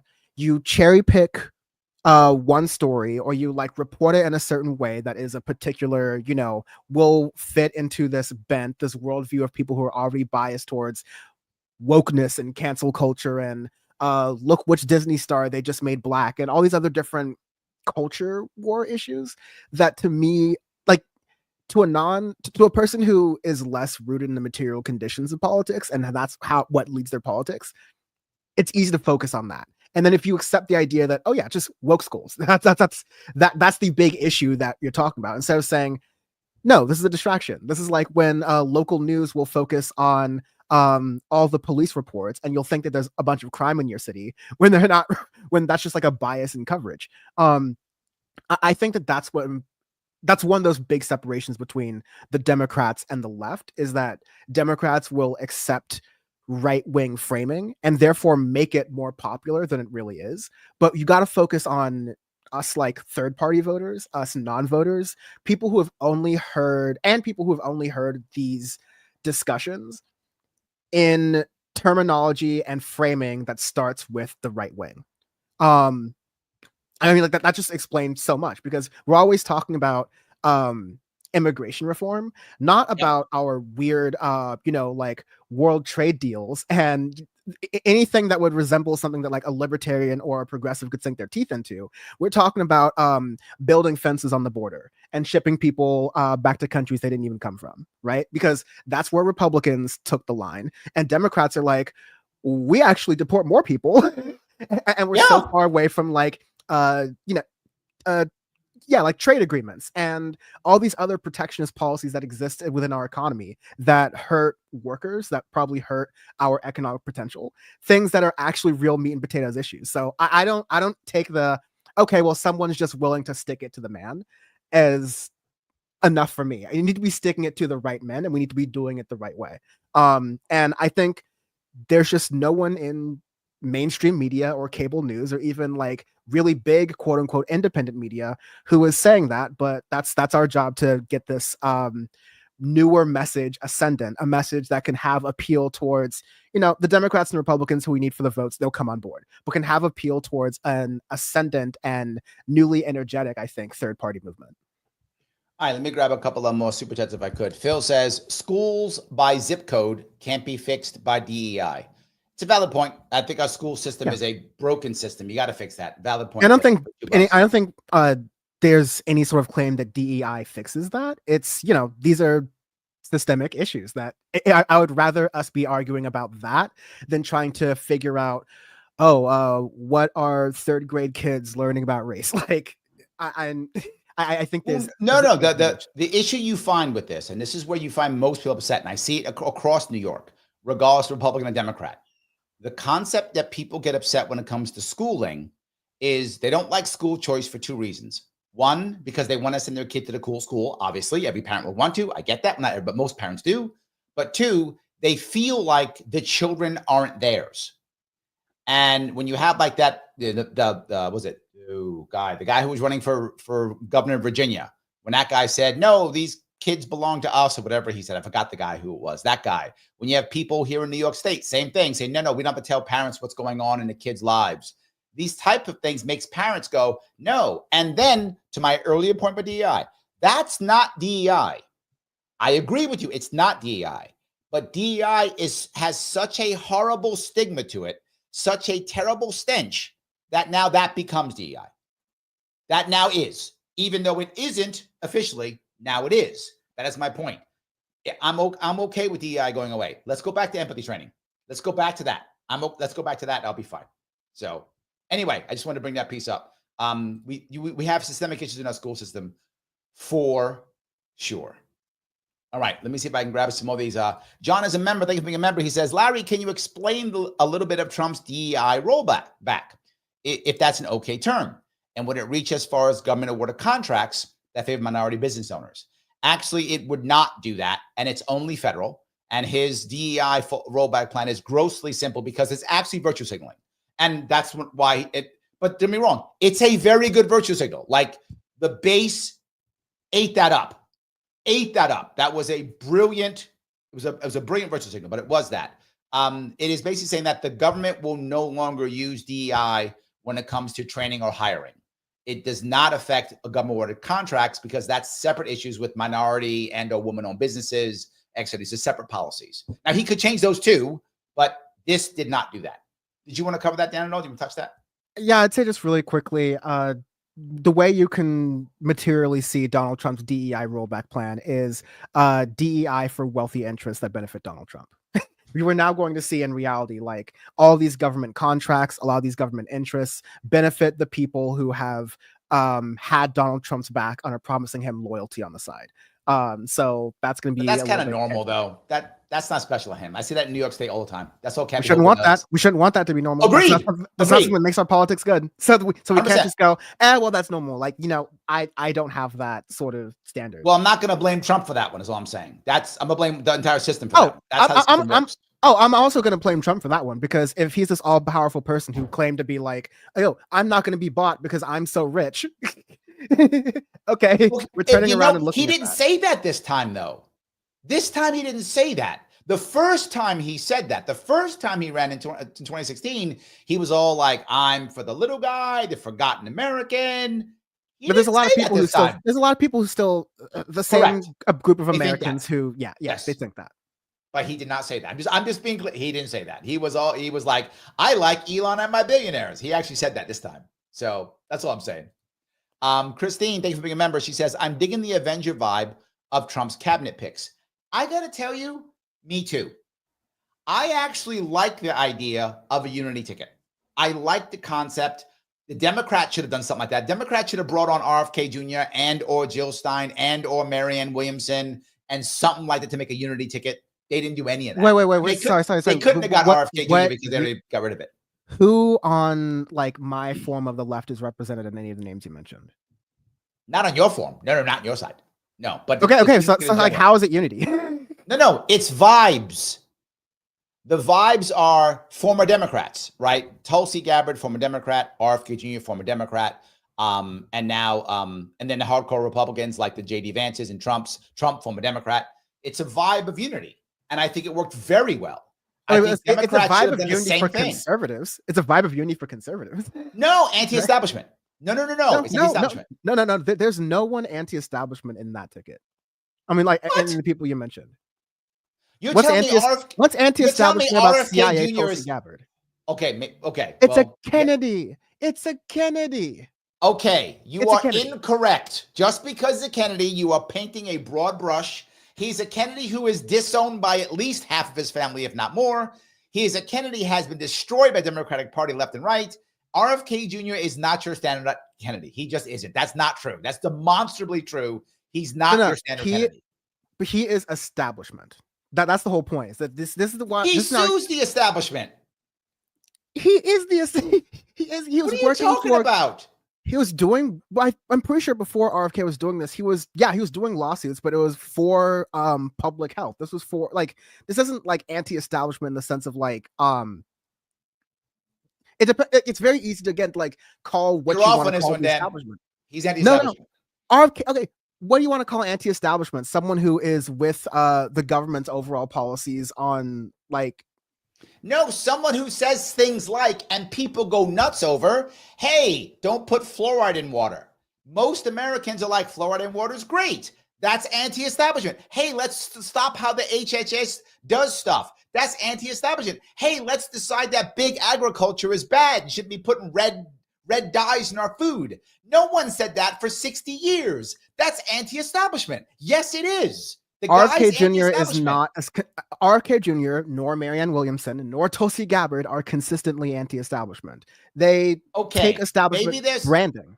They take establishment branding because again, the imprecision of this has allowed it to become a negative term. If anti-establishment is just people you think are in power that you don't like, then yeah, you'll get people like CIA Tulsi Gabbard, Marianne Williamson, who's like, okay, she's anti-establishment. I know people who like are on the corner who are like my barbers who are anti-establishment. Doesn't mean they should have that job, right? Like, I think anti-establishment has to be like, how are you going to work against corporate powers that be? in order to make people's lives better? How are you going to, here's an anti-establishment thing that libertarians and leftists can agree on. How do we take an anti-establishment approach towards housing stock, right? To get people, to get more houses around, to lower some rents. How do we even go beyond that to lower rents? Because you can't just build housing overnight. You're going to have to get rid of, you're going to have to make it more efficient for these different things, right? Like, so it's not just anti-establishment to say, and I'm not going to make fun of RFK Jr.'s voice, that's messed up, but it's like it's not just anti-establishment to pick vaccine skepticism, which has existed forever, and like say that, okay, well, he's anti-establishment for this. It's not anti-establishment to just do like the bare minimum of what Europe has been doing with banning. You just don't like RFK Jr. You just don't like RFK Jr. He's absolutely anti-establishment. No, my original point was that you said that this is a unity ticket or unity cabinet based on vibes. And I'm like, yes. There's no person who would represent anything of the Democratic Party other than being Democrats in name only, formerly. Okay. Let me ask you, where was the unity vibe when it came to Kamala Harris? Kamala Harris took a lot of crap from Democrats by saying that she would have a Republican in her cabinet. Where was that Republican? Was it Liz Cheney? She wasn't elected. Are you going to tell me Liz Cheney was her unity vibe? I don't think she said Liz Cheney was going to be on there. She loved Liz Cheney. She loved Dick Cheney. Come on now. If you're going to I don't think she was. Okay, we can't argue. First of all, I'm not defending Kamala Harris. I think it wasn't a well-run campaign, and I think she's part of the establishment too. Second of all, like people on the left were criticizing her coziness towards people like Liz Cheney and Dick Cheney because people across the country hate the Bush administration and the war in Iraq and Afghanistan. It left a bad taste in people's mouth, and that is what people don't like. Tulsi Gabbard, who is a Hindu nationalist and into imperialism, as long as India is doing it, and frankly, as long as the United States is doing it, is not a fucking anti-establishment. She had a couple good blows against Kamala Harris during the Democratic primary. So did Bernie Sanders. All right. And that's someone who's been much more consistently anti-establishment. All right. That one we have to agree to disagree because he's anti-establishment, but that's fine. It's fine. Whatever helps you sleep at night, man. It does, actually. Thank you very much. It actually does let me sleep better at night. It does. And here's the reason why it matters.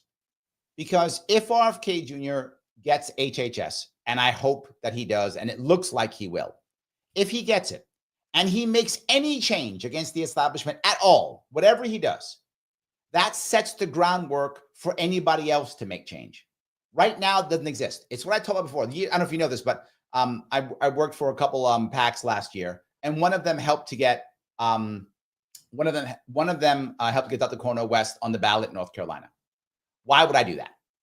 Him and I do not. I mean, I know him and I like Dr. Cornel West. I know him. I've been on stage with him more than once. But politically, we're not the same, right? Obviously, not the same politically. Why would I do that? Because if anybody breaks through this hole, we all do. That's the reason why. I was in the Vanguard maybe a year ago, and I was telling him about how if in New York State, the only person on my ballot besides the Democrat and Republican, if the only one on there was Jill Stein, I'd vote for Jill Stein. And they said, why would you vote for Jill Stein? She's not like you at all. I said, you're right. I said, but if Jill Stein can pick up speed, if Jill Stein can break a hole in this, then libertarians can too. Then Cornel West can. Then RFK, everybody can. Someone's got to break a hole in this system so we don't keep voting for the two who don't care about us at all. And I am also very realistic on what I expect. Did I expect, Jill Stein to win? Of course not. Did I hope she could make impact? I did. I hoped she could make impact. Clearly, she did not, but I hope she did. I wanted RFK Jr. to run to the end and break 5%. I want him to break 5%. That's what I wanted him. I want him to run as independent and break 5% because that would have been impact. That's what I wanted. And I want impact. Now, RFK Jr. is not a libertarian.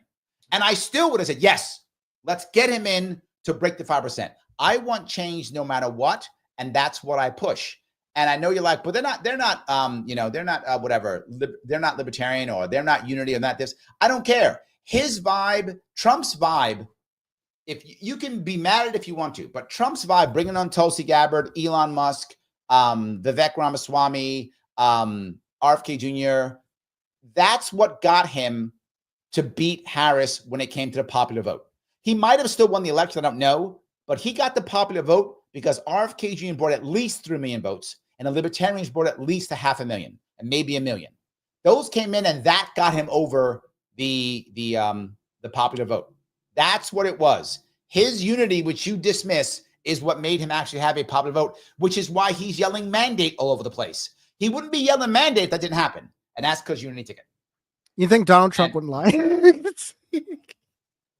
Well, he might. You think Donald Trump wouldn't market or bolster like anything? He's the person who but he lost in 2020 and he lost in 2020 and he insists that he won that election. All right, but it's believable now. But it's believable now. It's believable now. No. People are willing to believe things with Donald Trump because they're like, wow, he still wins even though he lies to everyone's face. People who are willing to, again, it's all about priorities. People who are looking for proximity to power and wealth are moving towards that and moving carefully towards that. So yeah, I think that's just like totally clear there. I think if you think that a good job in politics is a bunch of, non-tangible movements in the law to just like make so-called political enemies upset, I look for policy changes and actual, politics happening and policy being debated. We can't do that. We can't do that if, and this is my biggest issue I had with the Jill Stein campaign. They didn't hear me at all. They didn't want to hear me. And it's fine. They don't have to. They're not required to. But I told them they should put every single dollar, every single volunteer, every single everything into Michigan. Everything. And to affect that election. Affect Michigan. And the Green Party's on the map. And I said, if you actually won Michigan by some miracle, you've made the Green Party a party like there's no tomorrow. And they didn't do it. They did the same thing. I told the Libertarians, same thing. Focus on one small area.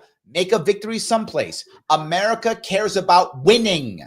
You have to win something. You have to make impact somewhere, or no one cares about you. That was a point I was going to say. I agree that I think the third party effort needs to be less like, whoever is running third party, we go for it. No, you need to kind of unite and figure out that vision. And I don't think it's going to be anyone who's run for third party before. I think Jill Stein smells like failure, no matter what she's kind of done to this point. You need someone new representing the Green Party that has a different political message, one that I think is actual unity, that when you go past the vibes and for the actual politics that people are talking to, these are incredibly popular things. But a Republican-led unity, a billionaire business-led unity, a unity that many people have qualms about, but it's really ultimately down to people's personal ability to get past these qualms. But a Donald Trump-led unity is not a unity. You're not going to have all these people protesting, all these people upset. It's it's not a unity. Hold on. Most people aren't protesting like they were last time. That's number one. But number two, literally, I met hundreds of people, maybe more, and they're all over the place. You can meet them. People who were RFK Jr. Democrats, who voted Democrat for years, some decades, and they voted for Trump for only one reason, because of RFK Jr. That's by default a unity ticket right there. Some because of Tulsi, but not as much, right? Some because of not as much. Some because of Elon, but not as much. But some because he promised to put a libertarian in his cabinet, which he has not. But some because he promised that. Some libertarians went to him because of that. Some because he promised to free Ross, which at least did that. We got something. But that's what I mean by I don't mean a unity mean that he got all the people in. I'm not saying that. I'm saying he said, here is where I am in the Republican side. I'm going to grab this dude, her, and put them together. That's what I mean by unity ticket. And that clearly was that. Our definition of unity is different, because even when RFK Jr. was running a little bit more Democrat adjacent, there was no interest in him from Democratic primary voters. And I don't, at least if you're if it's gonna be Trump promised some things to some Bernie-crats and you saw this really big number of people like that, okay, that's going way past your ideology, Donald Trump's supposed ideology. That's showing that he's really actually willing to be transactional for power. But yes, no, there's a power thing, but also there's an ideology thing, and he knows that part of the ideology is triggering conservatives. Here's I think here's a funny case of this. When Vivek, who isn't even in the Trump orbit right now at this point, They gave him the boot. They threw him back to Ohio. Well, yeah, because you'll notice you have a bunch of, let me be polite, it's your show, not mine, but you have a bunch of people who have been in Donald Trump's orbit. I think Tim Scott could be one of these as well, who thought that they could be a token for the Trump campaign, the Trump team, only to realize that no, these are the same racist people who do not really take you seriously. We saw Vivek Ramaswamy being depicted in right-wing media as a 7-Eleven worker when he lost to Donald Trump. You had some of the most vile things that I've seen Republicans say towards other Republicans when Vivek Ramaswamy was bringing up the H-1B visa conversation in the beginning of January. I think like Donald Trump knows very much that the ideology and the vibes that exist within there, and how little people are reading between the lines, that you can just say vibes and other people can sneak in and be like, salutes and things like that. He has been able to build a coalition fueled by ideology. Fueled by these sort of like culture war issues, but it has the money, it has the resources to ultimately benefit the wealthy benefactors that made it so Donald Trump was able to stave off all of his legal troubles, run a campaign and pay off a lot of those legal debts, and win himself immunity for any crimes he may have possibly done. Like, this is everything Donald Trump wanted, and he's giving that power back, but he knows the power isn't with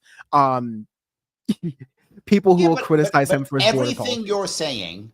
Americans knew, and they said, "Yeah, we don't care." Yes, we are so upset with how things are that we don't care. Like when people said it, I saw all the time. He's gonna just not burn everything down. People like, burn it then. I don't care. I can't pay my rent. I burn it down. I don't have a job. I don't care. You're gonna see this. You're gonna see a lot of. I mean, like, what you're gonna see happen is that like Donald Trump is gonna fulfill some of his promises. He's not gonna fulfill others, and people are gonna be checking and going, okay, eggs are still not down. Gas is going up. There's some other goods from China that I was used to enjoying that I'm not getting.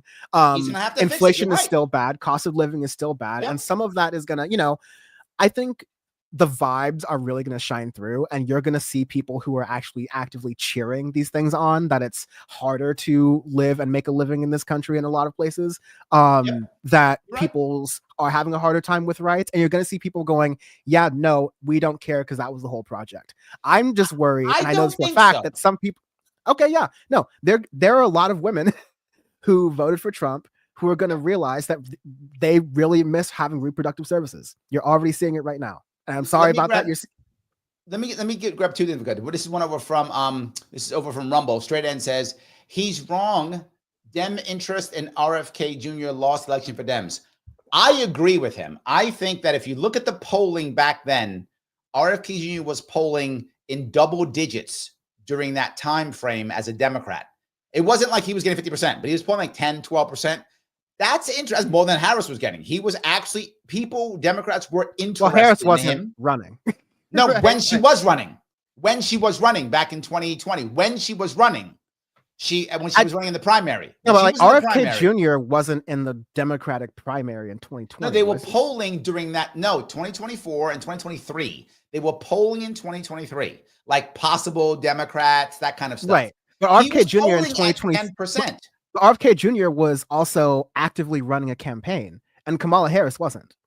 I'm not talking about, I'm saying one, Kamala Harris was running in 2020 when she was running in the Democratic primary. What I'm saying is she got less percentage than RFK Jr. got when he was. I understand what you're saying, but I think it's what like you said was, but you said no interest. And my point is there was interest. It wasn't no interest. Now, that's my only point. There was interest. It wasn't no interest. And the second piece is if Democrats had just ran a primary, they might have won this election. Or just run a primary. Yeah. I agree. It wouldn't have been RFK Jr. to win the primary because, listen, I think RFK Jr. got some people who called themselves Democrats, but that's the whole point. It's all about your priorities. It's all about how you do it. If the people who call themselves Democrats, and RFK Jr. was right enough for them, were even more of a fringe in the Democratic Party than even Bernie Sanders people, right? Like that. Now that might have been enough of a fringe because you take enough of a sliver of the Democratic Party together, and that can swing an election. I'm not necessarily disputing that. I think it's not one necessary factor, but RFK Jr., and I think we can easily agree on this, is not compatible within the Democratic Party, right? Like he's just like, no, I agree. I agree. Yeah, I think, you know, the writing was going to be on the wall for a while, at least since the 2000s, from people I know who used to work directly with him, right? But I think this was inevitably going to happen. But I totally agree with you. The Democrats made a big mistake by, for the past decade, really, handpicking presidential nominees. From Hillary Clinton all the way to Joe Biden. That has been a mistake because you need your base to be fired up about a candidate, and no one in the Democratic Party. I mean, okay, I'm using no. You're getting on me with the no ones here, right? And so definitely there are people in the Democratic Party who are still riding with Biden, but the energy within the Democratic Party, which I was like paying much closer attention to, shifted overnight to Kamala Harris. Again, less even because people liked Kamala Harris, but they were like, "Oh, thank God, Trump. It's just not Biden." No, they hated Biden. They just hated Biden. That's true. They were just That's true. Thank God this guy's out of here. Like, you know, I don't think, and I was one of these people, I'm like, I don't think Kamala Harris is going to win because I know this country. But you know what? For 24 hours, I'm going to celebrate the fact that Joe Biden's gone. And maybe, and you know what? I think that Kamala Harris put 2 or 3 more points on the board than Joe Biden would have, but still wasn't enough. Yes, and that's totally fine. Let me grab one of your guys. This is from is it Schmegley? I hope I'm saying it right. Schmegley. He says anti-establishment in the sense maybe that they all want to go full fascist and destroy many political norms.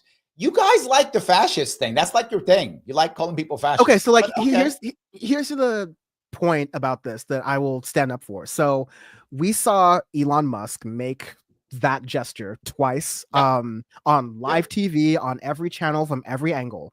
And people on the, you know, I was one of these people who was pointing out, you know, fascist tendencies within Donald Trump the first time around. And we got this similar reaction like, oh, you're being hyperbolic. You can't be talking about this. Like, you know, you have to use these words carefully. Fascism's one time in history and we can't do that anymore. Again, I'm someone who's been paying attention to Elon Musk for years.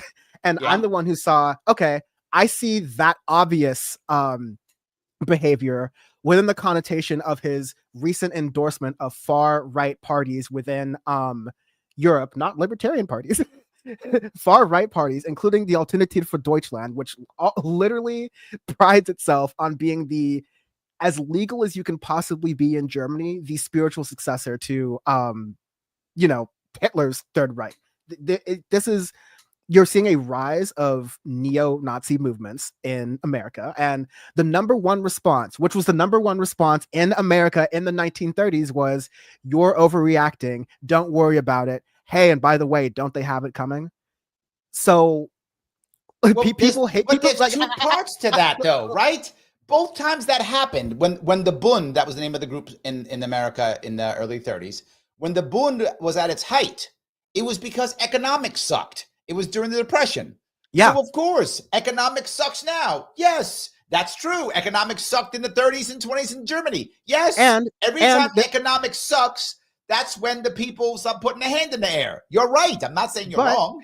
You're right. During the same time, and we don't have to get to it here because we always know how it goes, you had some countries move more in a fascist direction, and you had some countries move in a more communist direction, right? True. Same situations. People had, you know, economic conditions, but based on how either way, based on how the political messaging was done at the time, there wasn't a natural tendency towards fascism. No, there's a natural tendency towards, we are sick of being poor. And we have an opportunity right now, because we know what happens and what it leads to say, let's address these conditions of people. I'm not saying go to communism. I'm also saying let's not go to fascism. And when we're seeing fascism coming very closely, let's not all, you know, forget what our World War II veteran grandparents and, you know, fought for and talked about, fighting Nazis and fighting fascists, and being aware of that instead, like, you know, I want to touch all of this. Please do. Number one. All right. Number one. Fighting fascists doesn't work. You have to get the fascists to not, you have to get them to not have followers, not fight them. They must not have followers. We've been fighting fascists forever. How in World War II did Germany not have followers? There's still fascists in Germany today. So we didn't beat fascism. That's not how it works. You have to there are not fascists in power in Germany. Let me finish. There's about to be, but let me finish. My point is, Germany has fewer laws on, like, you know, the First Amendment and free speech that I have to do with things that could lead to fascism because they have this history. Yes, but they still have fascists, is my point. The way you beat fascism is by making sure young men have something else to look up to and to do and be forward, because the people who will fill the armies of the fascists are always broken young men. That's through, whether that's Italy, Spain, Germany, America, does not matter. That's how it always works. You tell me how it works? That the Bund was full of that back in the 30s. That's how it works. So fighting them doesn't work. They want you to fight them. And internally, not externally, internally, when fascists fight, they win because they want to fight. They're not afraid of street fighting. They're not worried about it. You don't want to fight the fascists. You want to take away their followers. How do you do that? By giving these young men something else to look up to and look forward to. Insulting them, which was my entire point. I'm not saying fascism isn't real. Of course it is. We don't look towards national fascism. We look towards authoritarianism. We want a strong man when we're in trouble. Somebody save me. I can't pay my bill. Somebody save me. We look to strength. If that strength happens to be more fascist, we go that route. Happens to be more communist, we go that route. But we follow a strong man. Trump, whether you like him or not, is a strong man, which is why we follow him as a nation. I don't. But as a nation, we do, because he's a strong man. We want someone to save us. So we go to a strong man. My point is, calling people fascists doesn't work. It just makes them angry at you. Putting them in a street and fighting, you will lose that battle every fucking time. No one beats fascists internally. Externally, they do. Internally, they win. You want to stop it? Have plans. I literally have plans since 2018. I've been having plans to get young men back in action. I've been having plans to get people. I know a lot of people push the idea of only union workers. I'm not against union workers at all.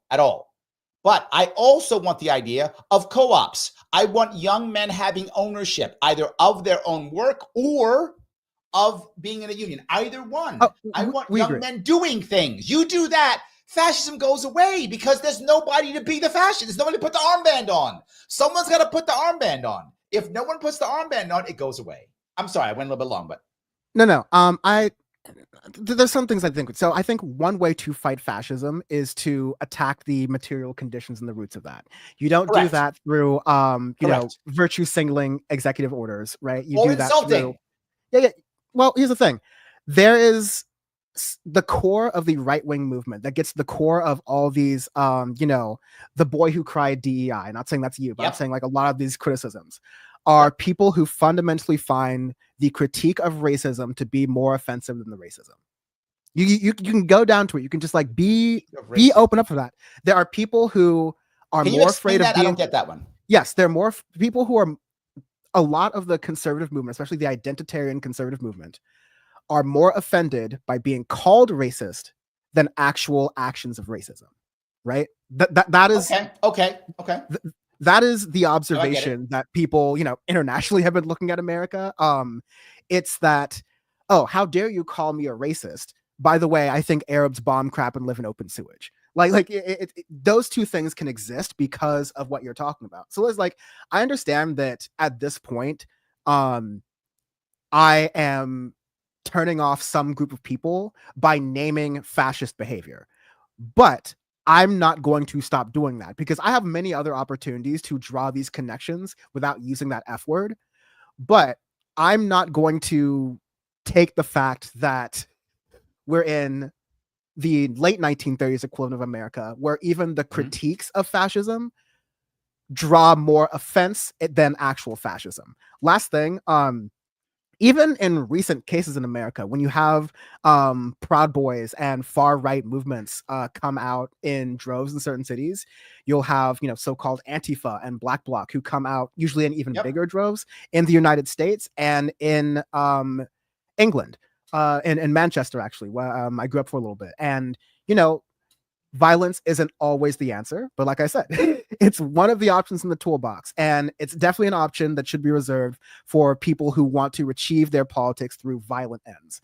And these are people who are chanting Jews will not replace us. They're chanting that we need to stop the dilution of whiteness in society, that these people coming from the global south are savages. All these things that inform ideologies that are very powerful and very ascendant right now. And so you have to call that out for what it is in the historical context.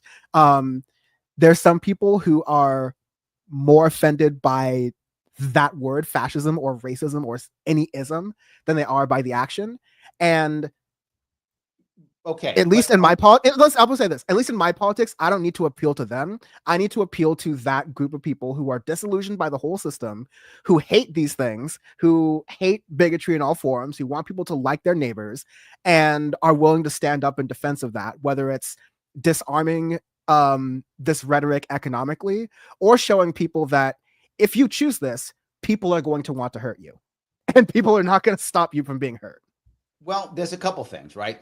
The people who are going to hurt you, are going to be, as I said, young men with armbands. They always are. If the young men don't put the armbands on, there's no one to hurt you if they choose to not do that, right? If they choose to not do that, that is the biggest defense I keep coming back with. And we live in the richest country in the world, and people are still putting on armbands. I understand this is an oversimplification, but like there will still be racism in this country if everyone if you have a universal basic income. There'll be less.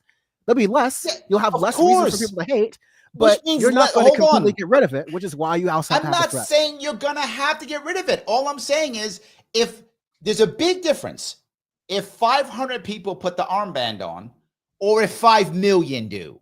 And you're right, probably 500 will always, no matter what we do, want to put the armband on, no matter what. I got it. Those 500 will. And I'm okay with that because I'll live in that world. But if 5 million do or 50 million do, we're cooked. That's my issue. I got to make sure they don't put the armband on. And this is my problem. You're saying that people are more offended by the word than the action. No longer. They don't care about the word anymore. That's my point. They don't care at all. They used to. It used to be the worst thing in the world for someone to call you an ist or a phobe. Now it's a badge of honor. People don't care anymore. People don't even listen anymore. No, they it's basically not. just go whatever. Here, hold on. This is Ryan right now. Ryan says it. Thank you for being a member, Ryan. He said, when someone calls a person a fascist, I personally roll my eyes and dismiss their argument. Sadly, Ryan would that's never very repeat common. that to his boss at work. What do you mean? Ryan would never repeat that exact phrase. Whenever people say the word fascist, I roll my eyes. He can't talk to everyone he works with. I know. Ryan, answer that question if you would or wouldn't. He couldn't do that. You couldn't, because there are certain lines here. It goes back to the thing someone in Britain was saying, if you don't find this gesture that Elon Musk makes offensive, do it in your workplace, do it at a church, do it at a school, see what happens. All right. People still care about this stuff outside of this politicized world. It's just that, like we've talked about, like we agree, people don't think that politics is going to solve any of these things. And so what I've seen, especially during the LA fires, is that people are not relying on city services or police or, fire department more than they need to. These are people in communities providing first aid services, legal services, mutual aid services, food services, clothing, etc. for each other. And there's a lot more of that than there is faith in the two-party political system. The only issue is the people who have faith and buy-in in the two-party political system are people who are trying to, write away the armbands that we're seeing right in front of us. And so it's a danger that I would rather be too early and be blamed for, using words that people don't like first than being too late and bad lefty's mad at me. He says, Larry, you are supporting a movement whose members would be the armband wearers. What movement is that I'm supporting? I'm not sure Trump's Republican Party. I don't support the Republican Party. You just said that Trump's Republican cabinet is like a unity ticket. You like that he's doing these executive orders for troll purposes. Like this is where not what I said at all. Not what I said at all. I will tell you. I will clarify right away. That's not what I said at all. Bad Lefty is clearly someone who says, if you're not with me, you must be the other guy. No, what I said was I like the precedent and that people should do what they say. That's what I said. I love that he was doing all the executive orders because he said he would. And I literally said there are many of them I do not like at all, but I like that he did it and I want more people to do so. That's what I said, and you and I discussed it. He is wrong on that. Not just that. I did virtue signaling executive orders, though. Yes, but that's what he said he would do. Yes, he said he would do them, and he did. And then I said, I don't care about most of them because they're virtue signaling. So how is that supporting armband wearers? He has made this up in his mind. He's decided I'm a bad guy, but I'm not the guy he says. I could be a bad guy, Bad Lefty. I'm just not the bad guy you think I am. No, it's Elon. It would be different if Donald Trump went back to his first opinion on Elon Musk, which is, look at this little bitch that's sitting next to me and will do whatever I want to, instead of going, oh, that's the guy who does the Nazi salutes. I'm just going to continue taking his money. Why did the Donald Trump family leave Germany? I'm kind of curious about that. Just saying. I don't know. Anyway, but if Bad Lefty wants to believe that I'm some kind of, it's fine. He can. I don't know. No, but Bad Lefty is oftentimes trolling me. But the thing I think that maybe he's trolling. He's getting at, what we want to be warning about is that, like, you know, when we are trying to be transactional and coalition with people we want to, everyone's got to have a line somewhere. And for I was hoping for a lot more people, Elon Musk and Trump's proximity to Elon Musk and that happening, and Trump going, okay, well, that was interesting. Anyways, here's your office and here's your email address and you can bring Doge into the White House. That says enough for me, not just that one action, but the context of Elon Musk's actions and the context of Donald Trump's actions. And me listening to historians and have been using very strong words about this. Don't shoot the messenger. If you disagree, there's a whole cadre of people who will tell you that you did not see what was in front of you with your lying eyes. We just saw them all. Agreed. I think a lot of that's true. But Americua asked you from Rumble. He says, Larry, please ask him how many armbands as of today in America. In other words, I guess what he's trying to get at is, do you think that there are a lot or a huge chunk or percentage of people who would put the armband on now? Do you think there are? You just need enough people to not care. I think you're right. I agree. You don't need a ton of people to put the armband on. You just need enough cops to stand down.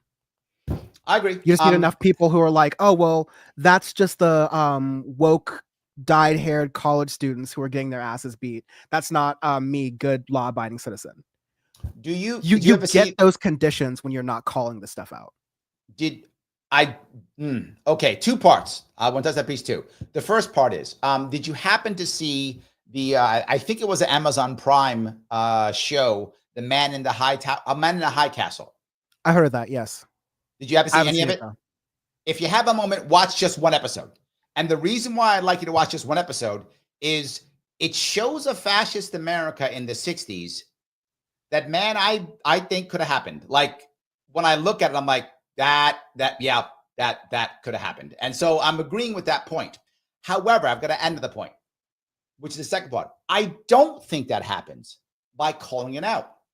We've been calling it out. Here is my evidence of this. We've been calling out Donald Trump since 2015, literally 10 years. We've been calling out Donald Trump.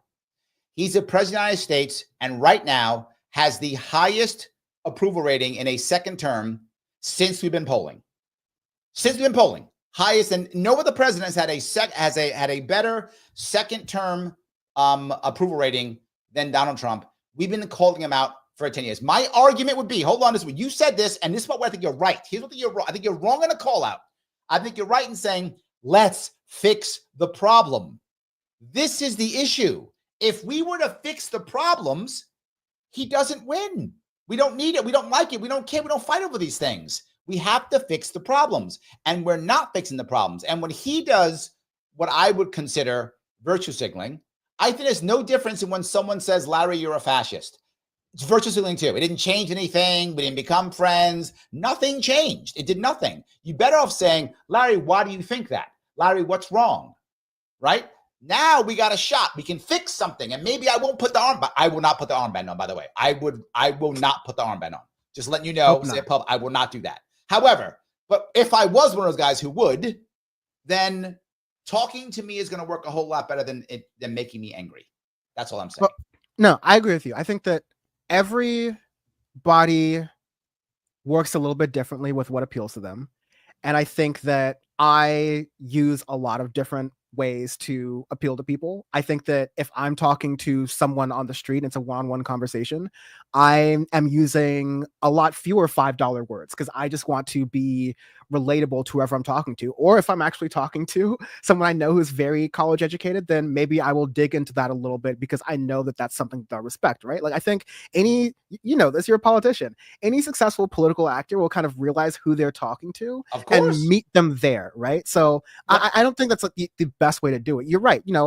Doing all of this, it's not like there hasn't been a battle of people saying, no, Trump's not a fascist. No, Trump's not a racist during very egregious moments during like this. And that's why I said there is an effort and a lot of money and a lot of power behind day in and day out denying people's lying eyes, because over time, because Democrats didn't have a good counter response to no, Donald Trump's not a racist, and if you believe he's a racist, you are just overblowing the term racist. It gets back to this, you're more offended by the term than the action thing I was trying to say. What you later get is this point where sorry to bring up the analogy, but there was a certain leader in Germany in the 1930s who lost one time and then gained power again and came back bigger, better, and blacker, right? Like he was, and it's the same thing here. It's harder to identify a threat when it's vague, but when it is real, when other people who are having their material conditions, who weren't listening to me using these words in 2016, will now be feeling it in their lives, and they'll be looking for some way to describe it. And there's going to be one Republican Party. You started this really smartly by saying, I think the Republicans are paying them themselves into a corner. You're going to have one side of the Republican Party who are telling people who feel something different that what they're seeing and feeling is wrong. And I already know that you're going to have a Democratic Party that is woefully unequipped for the time. Because they're just not going to be afraid to do it. Because we're in this mess because the supposed opposition to a lot of this stuff is absolutely not willing to meet the moment, right? So I am going to work with every sort of strategy and message that I possibly can to give people an understanding of this historical context that they're in and how it matters with their pocketbooks, with their futures, what they're planning. And hopefully that's a vision that is more inclusive than one that says, I'm going to blame this group of people for my problems. I'm going to be worried about this group of people or this type of person marrying my son or daughter. Like fundamental differences in politics, not between us, but just in general. Let me just grab a couple super chats if I could. Ryan did come back. He said, I currently work, thank you for the $5, Ryan. I currently work part-time for a friend of mine. We call each other all sorts of names. Well, they got you on that one. His boss is friend, so he kind of got you on that one. I'm in the process of moving to the part of Missouri too. All right, so Ryan happens to work for his friend, so he probably would say the fascist thing. I think he got you on that one. So okay, but like you got to understand the point of like most people aren't necessarily working for their friends, and if it's between you and a friend, it's not necessarily something where your workplace is around it. But no, do that in a workplace of 10 people where you're not the boss's nephew or the boss's friend, and see how protected you are. Is kind of my point, right? Well, I think I also again, I'm kind of like, why are you two and your friends joking like that? That's just a question. Just a thought. Is it not fun to joke about fascists? Is that not good? It depends on the joke. Oh, I think you can joke about fascism if you want to. I think you can joke about fascism, but it depends. Like, there are people on 4chan who joke about fascism, and they're not joking about. Yes, they're not joking, but they're not joking. Yeah. That's but they say it's a joke. They say they're just kidding. They say, and that's part of how this has been laundered. It's not just people are sick of racism. It's people have been told that it's just a joke. You're making it hard for me to have a joke. That has allowed this stuff to be laundered. So some people can go, yeah, I hate how liberals are always telling me that these things are inoffensive and bad. Let people say whatever jokes they want to. And the Nazis are like, yes, let people say whatever jokes they want to. It just so happens that they have found two pieces where they align on. And there are some people who, like you said, they're annoyed by what they see as perceived cancel culture, what they perceive as political correctness, and they don't understand that that annoyance is being weaponized by some of the most evil people on earth. Doesn't have to mean all of you are going to put on armbands. Just means enough of you have to be fine with it. Are you saying, and I don't want to put words in your mouth. Are you saying that there are certain things you're okay when it comes to censorship? Are you saying that? Are you saying that when it comes to things that are, say, fascistic or authoritarian, that there should be some form of censorship? Yeah. Wow. Okay. That can't go with you on that one. No, can't go with you there. No, yeah. I know there's some people like on principle who are like that, but 100%. Yes, 100%. Can't go with you on that one. But yeah, you know what? I think the difficulty comes with who is deciding those things. But if we decided, hey, you know what? No Nazi salutes in public. And if you do, you're fined or you're in jail. Germany, who perpetuated some of the worst aspects of the Holocaust and World War II, they have these kinds of laws on the books. Now, let me tell you. And they still are fascists. No, I don't. That is a party that is gaining power. But let me tell you, to make your point, I don't like the way that Germany has then taken these laws to say, okay, we're against being anti-Semitic in public. We're going to redefine anti-Semitism as any sort of pro-Palestinian protest. Now, that's been criticized by human rights groups around the world, right? But that's not something that's like, new to anyone else. It's all these human rights groups and all these other countries who are saying, hey, look, this law isn't working well. But you are advocating for laws that say, oh, you can't do DEI anymore. We're actually against your freedom of speech. No, I'm not advocating for that at all. No. I literally said it was, again, just because I'm happy something happened doesn't mean I'd advocate for it. Like I'm not mad at it, is what I'm saying. It wasn't that important. I'm not mad at it. Okay, if you're not mad at it and it's something that's happening politically, then what is it? It's not advocacy. No, you can still do DEI if you want to, but there's no law against in the government. DEI. No, you can't. Right, in the government you can, and that's fine. I'm not that's different. But you and if you want to have a DEI policy, you absolutely may. But how is the government defining DEI? And now all these private companies are taking that cue and they're getting rid of these programs as well. So these have actual consequences beyond this theory. Agreed. But again, if DEI is as good as I think you believe it is, I disagree. Companies will bring it back because they always do. That's how it works. Companies will do whatever will get them the cash they want to get. They'll bring it back if it's that good. So I'm not that concerned. I don't think it's that good. I think it's we define DEI differently on this show in a way that we both agree with. That is differently from how it's defined by conservatives and liberals. So I think we're there. All right. Phil says, does destroying bureaucracy help or hurt fascism? I think generally speaking, everyone who wants to take charge, when the strong man takes charge, whether that strong man is left-leaning or right-leaning or whatever, they're authoritarian either way. So they wind up being the same, regardless whether they started left or right. They just wind up being about them. That's how it always ends up in the long run. And I think they want the bureaucracy. They love the bureaucracy. They just want to make sure it's filled with their people, because the bureaucracy is that's who wears the armbands. Am I wrong here, Dan?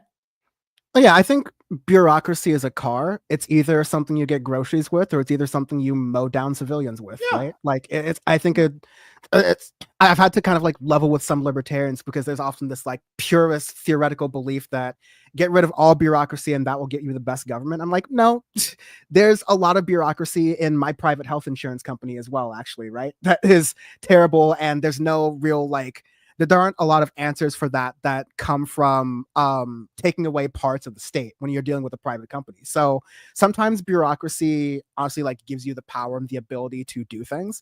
Sometimes bureaucracy, I'm a good fan of BBC's Yes Minister, and it just slows shit down.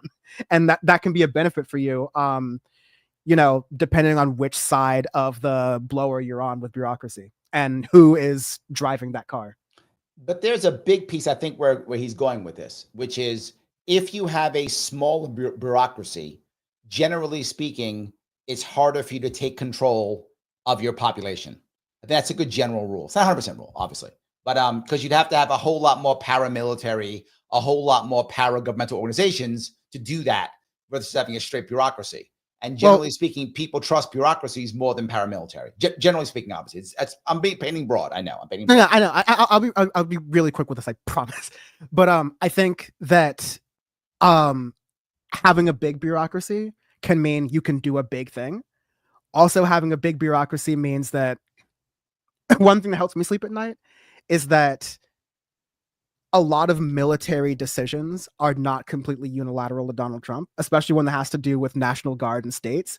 There's about 3 or 4 different fail-safe points within that bureaucracy where if those people get together and go, no, dog, that's not how it's going to work, then that's actually a check and balance between state and federal power. So, like, sometimes having a few fail-safes in the nuclear key, like, helps you depending on how you view it.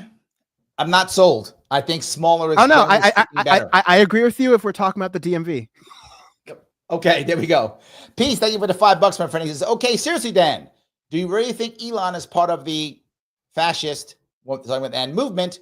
On the whole, I like Elon. That's what Peace says. On the whole, he likes Elon. Do you think he is just trolling? Do you think he has leanings? Do you think he's really one of them? What I guess is what he's asking. Less of what I think, but what's been documented by journalists who have covered Elon Musk for a long time. His parents who have mentioned his family members' relationships to the Canadian Nazi Party. His just this week and just this month, since like, November 2024, even his endorsements of not just far right parties in principle, like I'm putting my name by this, but going to a crowd of far right Germans saying we must fight against multiculturalism, poisoning German society. Like, I'm not looking at one particular thing or one particular salute, but I'm looking at all that stuff together. And if all of this stuff was a joke and you were seeing how it was saying, and your response to something this serious that affects people of course, Jews in the Holocaust, of course, but so many other like minority groups around the world.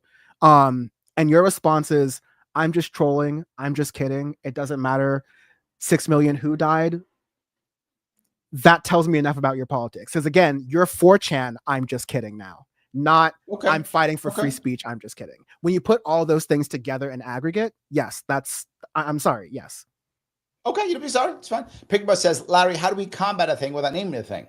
I don't have to combat. I don't have to talk about poverty to help people not be poor. It's not required, right? I do a lot. I haven't as much recently because of the work I've been doing, but I used to do a lot of work with transitioning veterans who were in big trouble, veterans who were sometimes preparing to self-delete, some who were in bad spots, all issues like that. I never named anything. You do not have to name. Just fix it. If you want to name, you can. It's okay. My point isn't the naming. My point is the insulting. That is my point. I can say, and look, to reality, I can say to my veteran friend who's in trouble, I can say, you freaking lose, you're about to kill yourself. That's an insult. Or I could say, man, you have a tough time now. How do we fix this? I didn't name it. I didn't insult him, but I did say he's having a tough time, which was true. So you don't have to name it, but if you do, I'm okay with it. My issue is the insult that has, because once you insult somebody and they don't like you, they don't want to hear you anymore. And what you've done is you've given them another option to either check out or be your enemy. I don't want them to check out and I don't want them to be my enemy. That's why I say that. I think that if you are, again, calling out versus calling in is something that I think the left has broadly done a terrible job of in the past and needs to model and do better. But the way you would do that, I would say, is, hey, I don't know if, like, I've been hearing you say some of these things and, we get along, we have these friends who are part of these different communities, and you don't think that about them, right? Like, I don't know, I was watching this thing on the History Channel, and some of the people you're watching are echoing some of the worst atrocities and the rhetoric behind that in history too. Like, you don't have to call them a fascist, but if you're afraid to, again, like in an appropriate way with people who you are in community with, by cashing in a little bit of some of that, friendship, maybe taking a risk because you're having a hard conversation with someone. But, just like if someone's like, hey, I like you, but I don't think what this substance is doing in your life is helpful. You're not saying you're an effing addict and I hate you. Right. Yes. But here's the thing. I'm not saying you're an effing addict, I hate you. Internet rhetoric is like a lot more charged for sure. But what I'm saying is that this behavior, Elon Musk doing this and doing that and doing this, is fascist. This behavior. Maybe not this person, even though I think it's a distinction without a difference. This behavior. We're talking about calling out behaviors I actually don't. of public I didn't figures fight you too. on this. I didn't No, fight you on this because you said what you thought was true about an individual. My issue is, and I see it all the time, I see it against me constantly, which is the second I go on somebody's show, I get insulted. I haven't said anything yet. Like, they don't even know who I am yet. Like, insult immediately. Well, for most people, they don't want to come back on the show, right? I still come back. But a lot of people don't want to go, I walk on the show and I get insulted. Now, maybe that guy deserved to be insulted, but you probably should have heard him talk first. Like you've said, this is my issue. I know about Elon. I can say this. Makes sense. But if Elon just walked up, you never heard him before, and you went, fascist, well, you'd be wrong. Not because he's not a fascist, because you should have listened to him at least. So I think that it's important. And I think there's a middle ground here, right? Yep. When we're talking on these political shows, and when we're talking about people, some sort of like public figure, I think you're allowed to be a little bit more sharp in your rhetoric, especially when you're talking about the richest person on earth who is having this influence and doing all these things. I think it's permission to be sharp in your rhetoric. I think sometimes that gets lost when we're doing this on these shows, and it's not. You're right. It's not the best way to deal with people in your life. I think you have to do both, but you're gonna have to call. At least in my view, I call things out sharply when it's people who have power and can use that against people or make their lives better or worse. And for people who are like, he maybe said one wrong thing, I'm not even going to mention it every single time. But I guess really fast, I want to ask you this question as a response to what Pinkerbell had asked, is that what if you get to the point where you said that, oh, I don't mind getting into these sorts of conversations because I'm not going to be having these political conversations. I'm going to be doing the politics itself. There will get to a point where these sort of conversations about what you want to do for people, someone might be standing in your way. And the reason they're doing that is because, oh, well, I don't want to give an unfair, I'm not going to do this because I'm going to be giving an unfair advantage to Black kids. And, maybe it's true. Maybe that's how I perceived. Yeah. Maybe it's just totally not. And yeah, you can say that, okay, these DEI, whatever you want to call them, programs have made people have this opinion. But at what point do you have to say that this has nothing to do with this opinion? You're now factually incorrect. And because you're using this as a framework and you're supposed to be really knowledgeable about this, maybe, and this is a great Black experience, for like, maybe the reason you're saying it is not actually the reason you're saying it. And there are people we're talking people in power now who can now stand within that path. And so that's when it needs to be called out, so that people who are having these conversations, a lot of your audience is probably not going to be convinced by this, but it is important to, keep ears open for this stuff. I do this often. I spend a lot of time going upstate New York. Also, I'm still listening over skin window. No worries. So when people actually, I do find people who say things that are what I would call insensitive. I do a radio show Tuesdays at 1 p.m. and sometimes people call in and say things that I would say are insensitive, but I don't attack them. I ask them how and why. I walk down a road with them. I use the example of, I think, one of the best guys who've ever done it, which is Daryl Davis. I don't know if you happen to know Daryl Davis. I've met him more than once. He's been over at Freedom Fest. The guy who literally converts Klans members, right? He doesn't do it by insulting them. He just talks to them. He has a conversation with them. I do it often. And the reason is, if that guy actually wants to tell me, I don't want this because I don't want Black kids to have it, I don't want that guy to give me coded language. I want that guy to tell me, Larry, I don't like Black kids. I don't want to have it. I want to know that. I want to know that's what that guy thinks. I want to get that, and I want to have a conversation with him, because he may be my ally and he may not be, but I want to know if he's my ally or not. And if he's not my ally on this one, I got it, and I'll walk away. But I would rather do that than act like he's my buddy, pretend like it's not about the kids, it's about whatever other thing he says. So even with that, and I have done that. As I've crossed the state, I've done that. And people have said things that are not very nice at all and that are factually incorrect. And I have conversations. And to be forward, I have turned people. Now, not as much as Daryl Davis. Daryl Davis is the master, and I don't pretend to be the master. But I have turned some people to go, you know what, Larry, maybe I'm wrong. You know what, Larry, maybe I thought differently. I have had that happen. And if I can get one or two, I'll take it. I hope I at least answered your question in that regard. No, you totally did. Thank you. So let me grab another if I could. The AC. Thank you. Become a member, my friend. I appreciate it. I appreciate every little bit. I do appreciate it. So Might be from me, I think so, but all good. Yeah. AC. Yeah. Oh yeah. He is. All good. All good. No, I love it. He's a member. That's good. I don't care if it's your member or mine. It's still good. Okay. Yes. Thank you. Isn't it good? Yes. Absolutely. Yeah. No. It's a great community. Good. Yes. Yeah. Please. Yes. No. We share some people. We do share some. Yeah. I was caught off guard. Yeah, because I was like, oh well, I forgot. Usually I've been on shows and like people don't read other people's super chats. So I was like, oh wow, cool, nice. No, yeah, of course. Yeah. We do share. We actually share some members. You and I do share. Our communities overlap. P says, thank you for the $50. I was born and raised in Germany. How do we look at immigration? Does it destroy the culture? My friends visit Germany. The culture's diluted. It is, I think you mean diluted. It is wrong to want to maintain the culture. Is it wrong to want to maintain culture? Is the future putting everything into a blender? I think these are all valid questions and people are concerned about them. I get that completely. I think generally speaking, human beings don't actually mind change. It's not really a thing. Human beings mind being changed. We change ourselves all the time, but we have to believe that we're doing it on our own. We have to believe that we've decided it. Then we're okay with it. If we think someone's changing us, we get mad. We don't like it.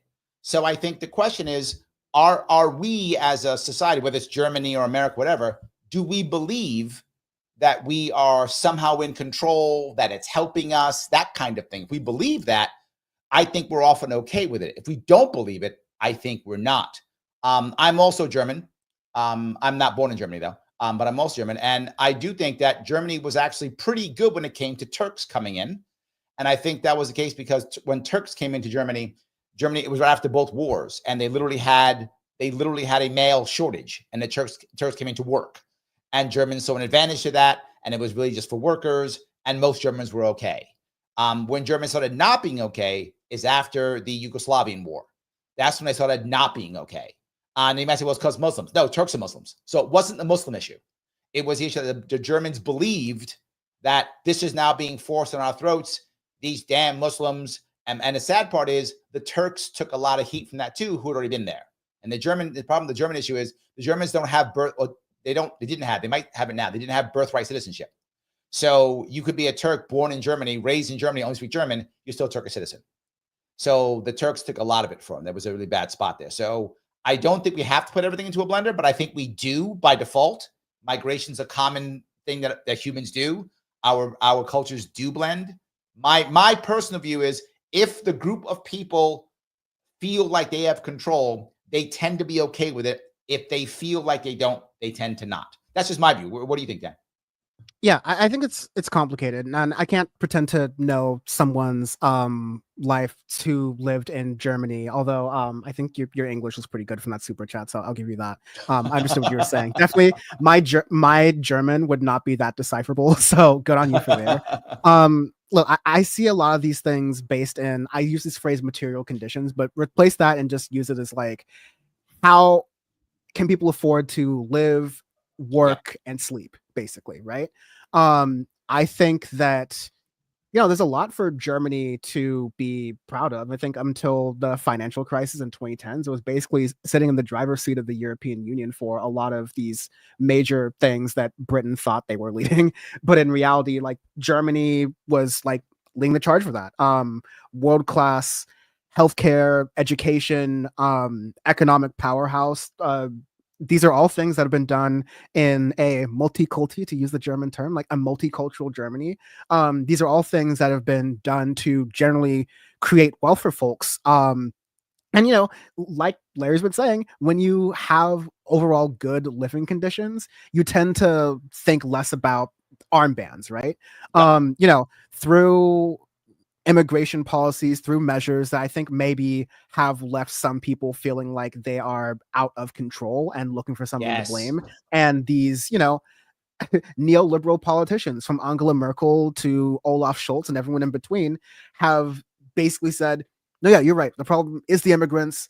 We're willing to scapegoat into this. But if you're going to fight against, like, okay, we guess the problem is the immigrants, and a party who's saying, oh no, the problem is straight up the immigrants, they're going to go for that the whole time. It's like in the US, they're not going to vote for Republican light, as in the Democratic Party. They're going to go for full on raw cane sugar Republican and just vote for the Republicans if this is the rhetoric that's being believed. There's something else. When you're in trouble, right, you'll take the hand of anyone who says they'll help, right? So if I'm in trouble and I'm in a bad spot, I can't find happiness with my family. I can't find happiness with my work. I can't find happiness with my community. I can't pay my rent. I can't do what I want to do with my life.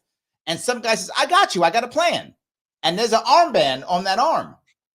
You don't mind because you feel like, okay. And my point, which I think the Democrats have failed horribly these last couple of years, is they had no answers.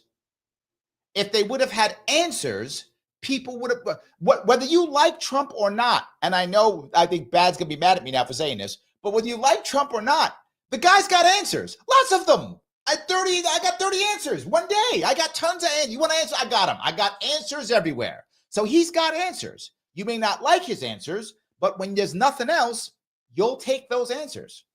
Yeah, I agree. It's a fundamental failure of liberalism to be too afraid. And we know why they're too afraid, because they're fundamentally too afraid to call out their own power structures, wealth hoarding, all of these factors that are making, okay, the poorest are $1 less poor every single month, and the richest are multiplying their wealth by double every 6 months, trillions on trillions on trillions. Okay, liberals are not willing to call out that system. Republicans are, conservatives are willing to say this system sucks, and we know who to blame it on. Yes, if liberals were willing to You're not wrong. If liberals were willing to go as hard with the system that is causing this wealth concentration, as hard as conservatives are willing to go on migrants and the unhoused or LGBTQ folks, then we would live in a very different, I think, better politics for us all around. But the armband is the only one reaching out the hand, and the other hand is like, they're reaching up for the donors, and the armband is reaching up for the donors and down at the regular people. So it's like, at least you almost have to be like, okay, at least they're doing more work. Right? Like, I'm just giving credit where credit is due. That's all I'm saying. But it's literally just like, I just can't give credit for such a rancid ideology with, they're not actually lending a hand to all workers. They're lending a hand to workers who agree with this identitarian politics. They're not lending a hand to migrant workers. So Duke of Heck says, Milton Friedland once asked Donahue, where are you going to find these angels to organize society for us? I don't even trust you to do that. His point was that the road to hell is paved with good intentions of idealists. Thank you for the $20, Duke of Hex. I agree with that. That's Libertarian Ideology 101. Milton Friedman is a very popular libertarian. I agree completely. That's why I say the smaller the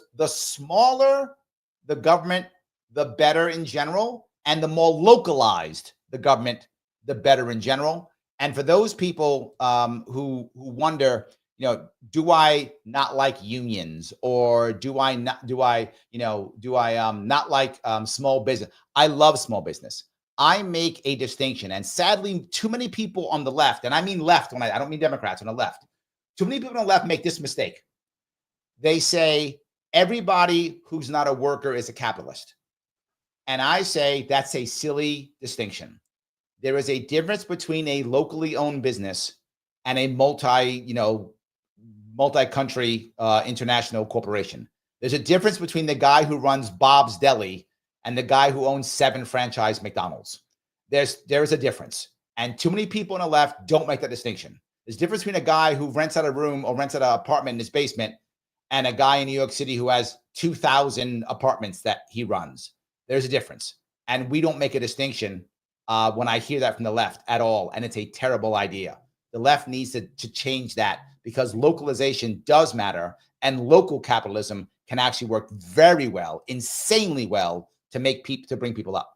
Oh, the left, except for maybe the capitalist part, generally agrees, right? Like I said, I've seen the most beautiful sort of like post-state anarchism from regular ass Angelenos and people in the city of Los Angeles in the wake of the fires, because our government that has been defunded by Republicans and mismanaged by Democrats failed to do pretty much everything except fighting the fires. And like these fires were so ridiculous, it would have been hard to fight anyways. But Mm. getting like all the government was in the way. They were arresting, like National Guard and LAPD and LA sheriffs were arresting people who were just trying to get back to their homes. All of the reports of looting and arson were greatly exaggerated. The things that people actually did need, housing, temporary housing, clothes, support for legal services, people to help them get important paperwork or recover paperwork or deal with insurance. Those things were being done by regular community members. The government wasn't going to do that. And we all know the government wasn't going to do that. People, I know certain groups of politics get all iffy when you talk about masks, but guess what? Masks are important in fire zones, because those same N95 masks during COVID-19 will make it so you're not breathing in all the smoke from burned asbestos and lead and nickel from EV batteries that's just like floating up in the air right now. The city of Los Angeles ran out of that PPE for their own employees. They had to come to decentralized anarchist organizations that are frankly to the left of even me in order to get that stuff done. So I have seen, I've been open to the past, even the past couple of weeks, how well people who do this stuff anyways have it down while also being able to maintain their lives. I'll also say that a lot of this stuff was done even without money. So like we can even go beyond capitalism. Yeah, no. But I think your ultimate point of with you. state size, like I think it's just like never that simple. I think some things you may need a large government entity to do that with. And I think that's fine as long as you have checks and balances to make sure that the things libertarians don't want to happen when you get a thing that size and that big, that out of control, to have some safeguards and checks and balances there. That's just smart policy making. But if we need a lot of buildings to maintain, Social Security or a universal healthcare system, sure, make government big for that. The Defense Department, I think we could make government smaller there. Pickerbell says government's never the answer unless the conservatives doing it. That's not what I said. The people who threw me off the ballot in 2022, when I spent $400,000 to get on the ballot in New York State, they were Republicans and conservatives. It'd be your own. Yeah. It'd be your own. Yeah. And I'm saying not saying your own because you're not like a conservative necessarily, like you're a libertarian, but definitely conservatives are more likely to find bedfellows with libertarians and progressives lately. So that's true. If you look at it, if you look at some of the Republicans now, you do find them actually, and I'm old enough to remember a Democratic Party that was that way, right? Yeah. When I was a kid and I got a teenager, the Democratic Party had its arms open in general. It was anti-censorship. It was more free speech. It was anti-war. It was much more open. It was basically, do you not like the neocons? You don't like neocons? You're a Democrat. That's kind of how they were back in then.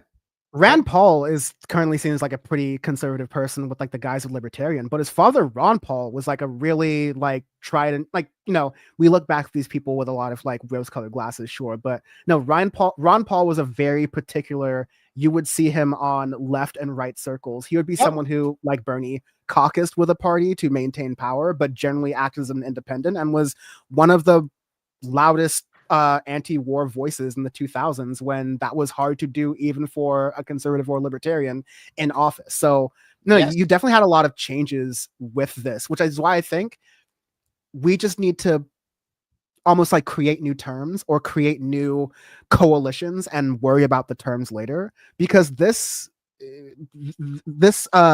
ability to conspire and like co-collude in a good way is still there within Americans, as 100%. Long as the more you leave the two-party cycle and rage bait news and get into these kind of conversations and start to break the rage bait within ourselves, then we can start to build these paths and worry about the titles later.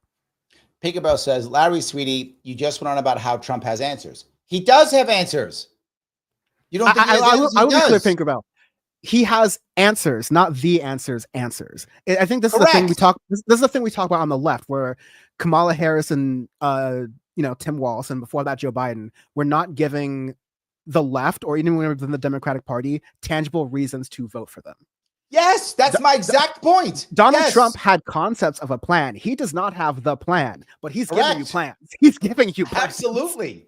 And you know what? Like, yeah, we can argue, and we will until we're blue in the face about how smart or well thought out those plans were, and whether or not the people who voted for him cared about how smart or thoughtful those Do you plans think were. I'm a libertarian? You think I like tariffs? You think I think that's a good plan? I'm a libertarian. You think I like tariffs? I'm a libertarian. You think I like ending all immigration? You think I like that?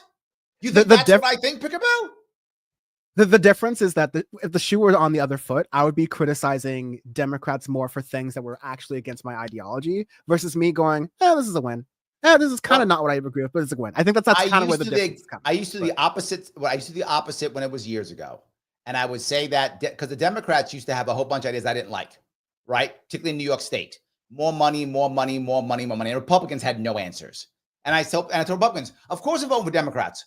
Why wouldn't we? Democrats have answers. And they would tell me all the time, yeah, but these answers are killing the state. Yes, but they're still answers. What's the Republican answer? Well, Democrats suck. That's not an answer. Democrats suck is not an answer. Democrats have, in my state, all they do is just throw money at problems. They don't solve anything, just throw money at it, right? So that's a terrible answer, but it is an answer. I'll just throw more money at it. In the case of Trump, what were the Democrats last year? They were only one thing, Pickerbell, orange man bad. Trump's bad. They didn't have any answers like that. Harris had no answers.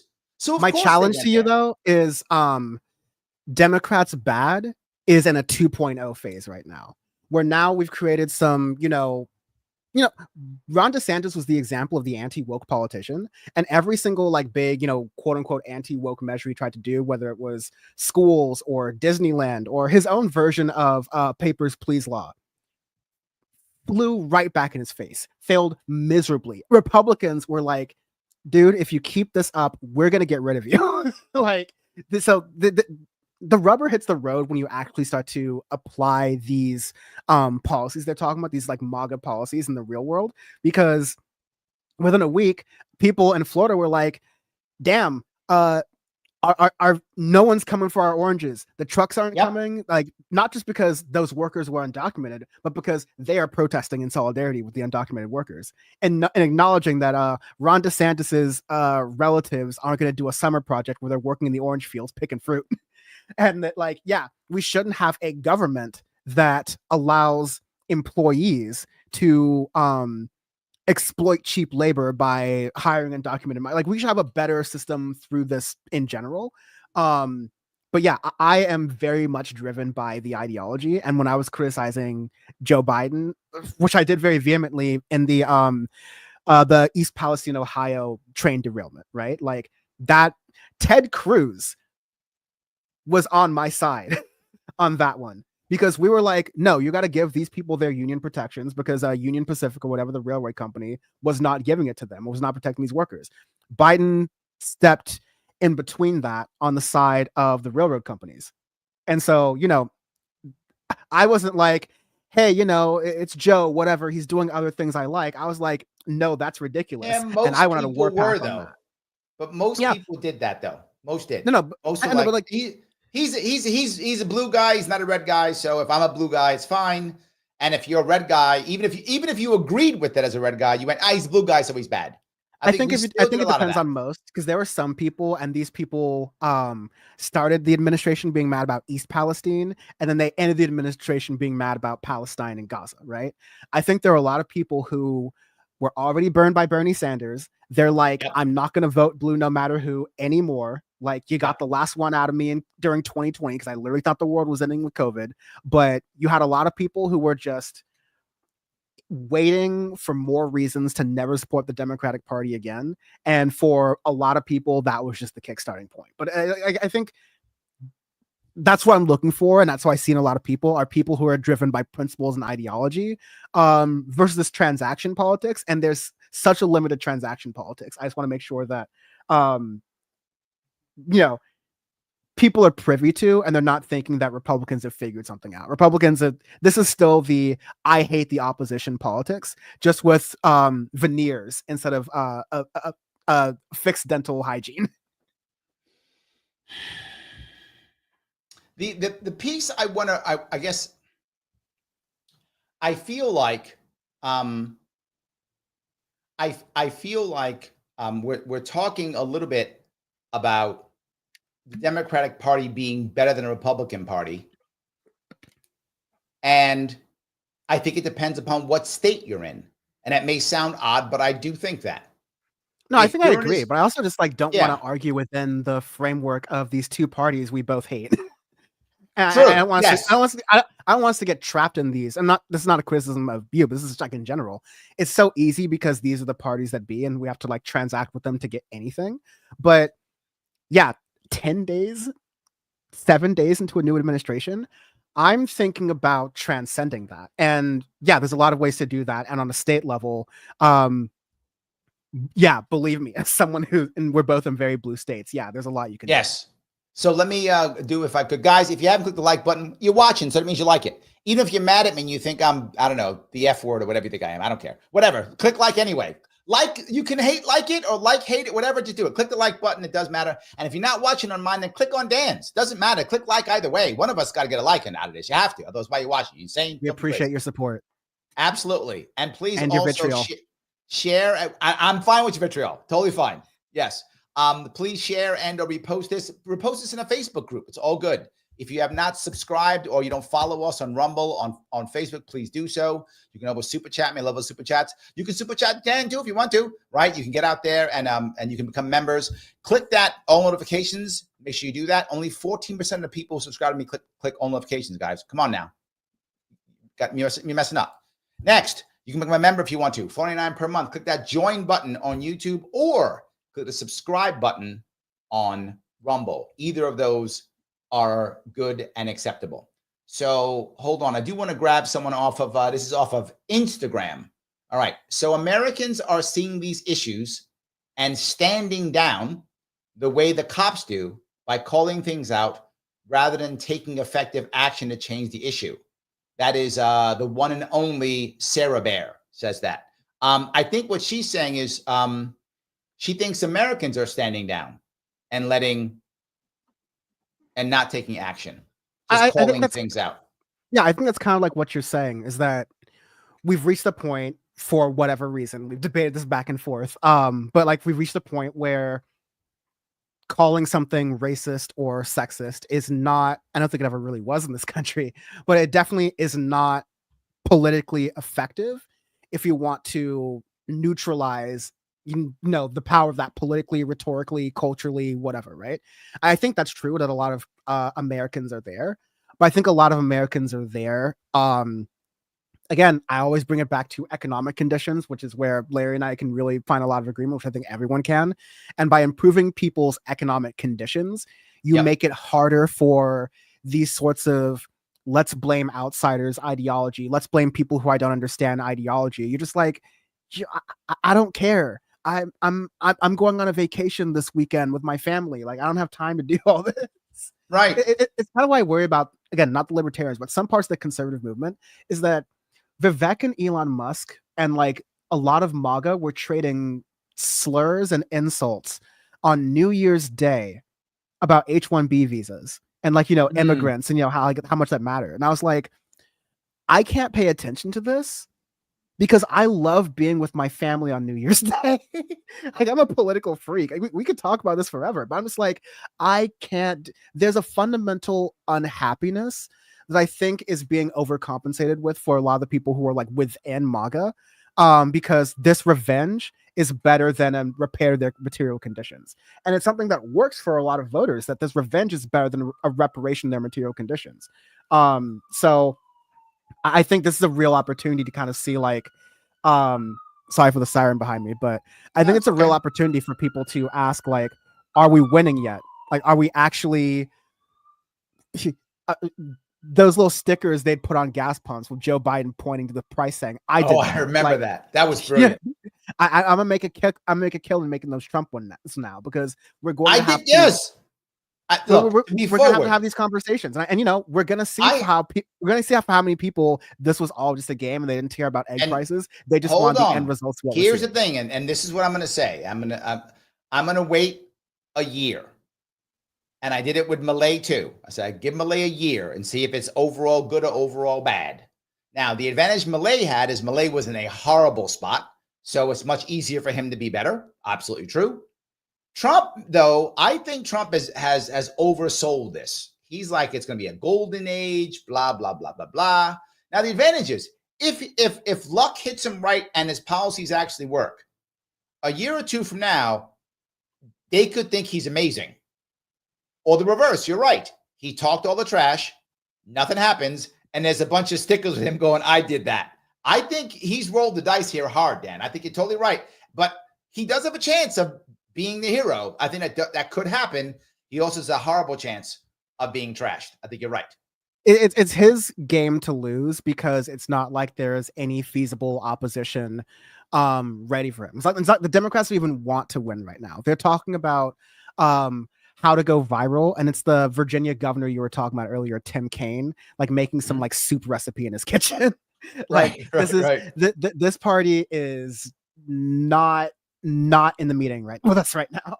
They're on mute, right? Like they're not a real opposition. So it's really going to have to be, which is kind of what happened in the first administration. They're going to overplay their hand a little bit, and people who center certain rights or certain quality of life ideas that they feel like they're missing or going in the wrong direction may be motivated enough to do something politically. That still isn't even enough to, like, you know, get some Republicans unseated in the House or Senate or whatever. But if there's a politician or a group of politicians who mount a cohesive project against that, then it's going to be a ripe environment to do it. But I have no faith in Democrats, as you can tell. Kitty asks, yes, will the left actually acknowledge if Trump policies work? Will they put their pride aside if it does happen to somehow work and acknowledge real world? No, neither team is going to acknowledge success either way, but it won't matter because Americans will know, right? If Trump is a failure, it'll be obvious. If he's successful, it'll be obvious. But no, Democrats and Republicans, they don't give each other credit for anything. They're opposite teams. Again, Larry, let's make sure we're not falling into that old trap of Democrats left, Republicans right, right? There's like partisans, there's true partisans, and then there's people who are really trying to think about what goods are they getting out of what party. And you know what? Like, there's been really vitriolic conversations in left media recently, actually, about to what extent do you work with Republicans to see if you can reach common ground and get to things what you want to.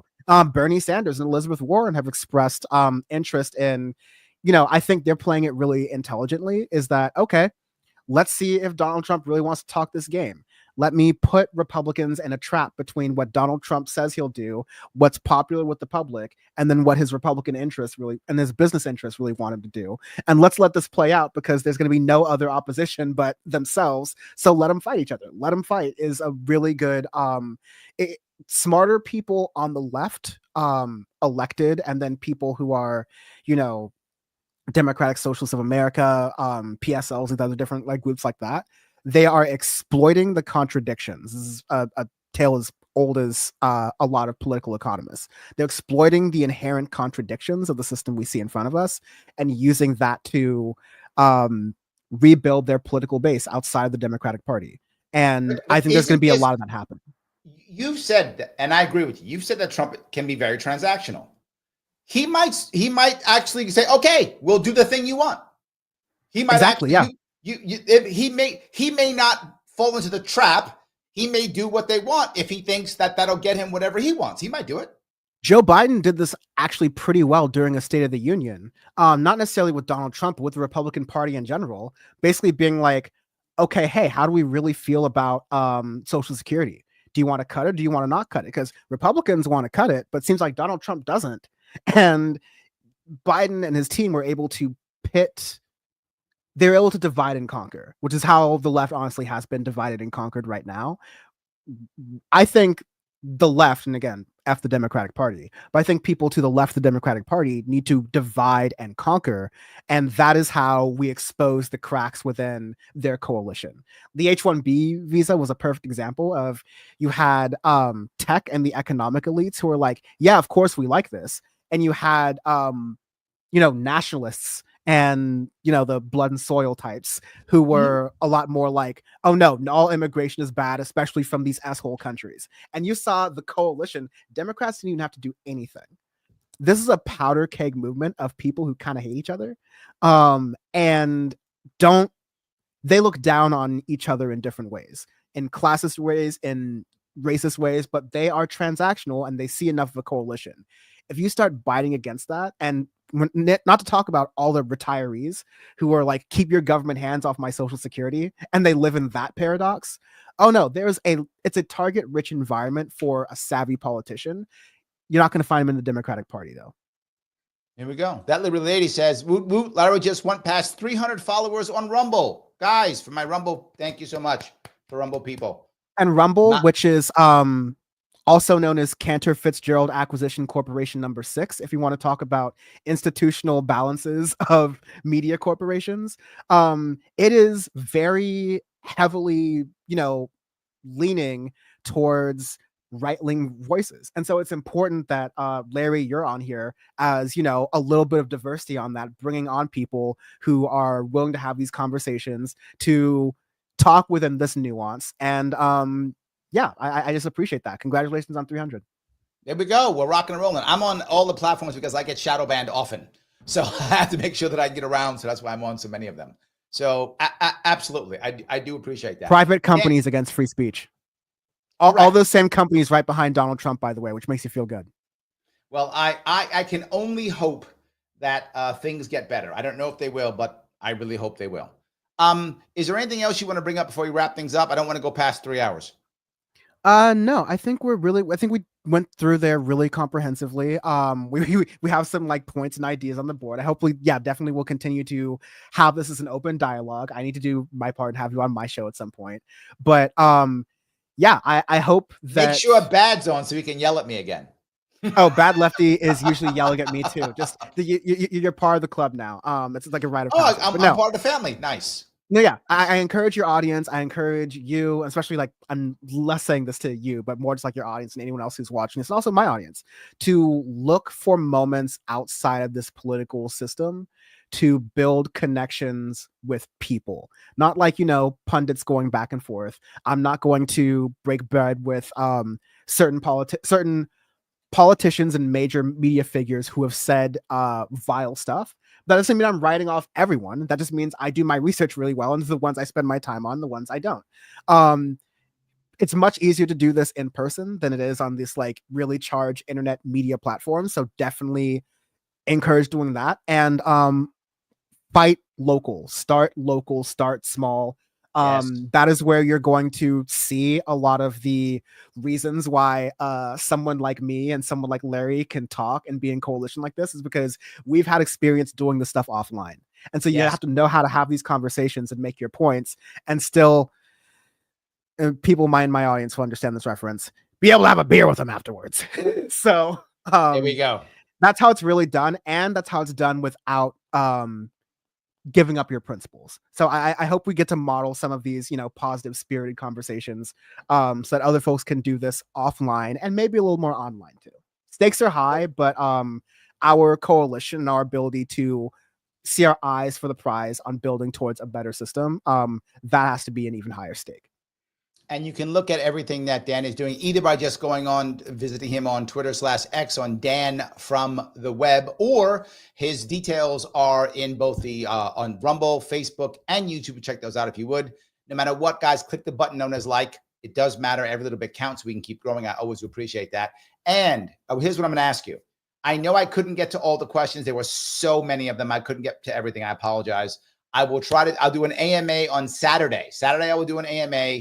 Any questions I didn't answer, please throw them up into the chat for my Saturday AMA.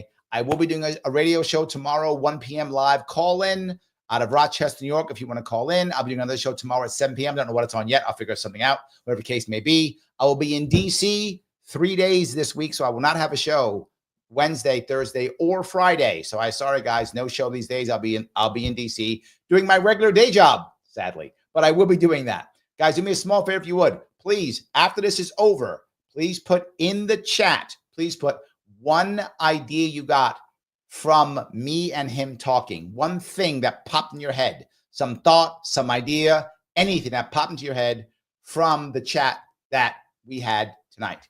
I appreciate everybody. I will see you all very soon.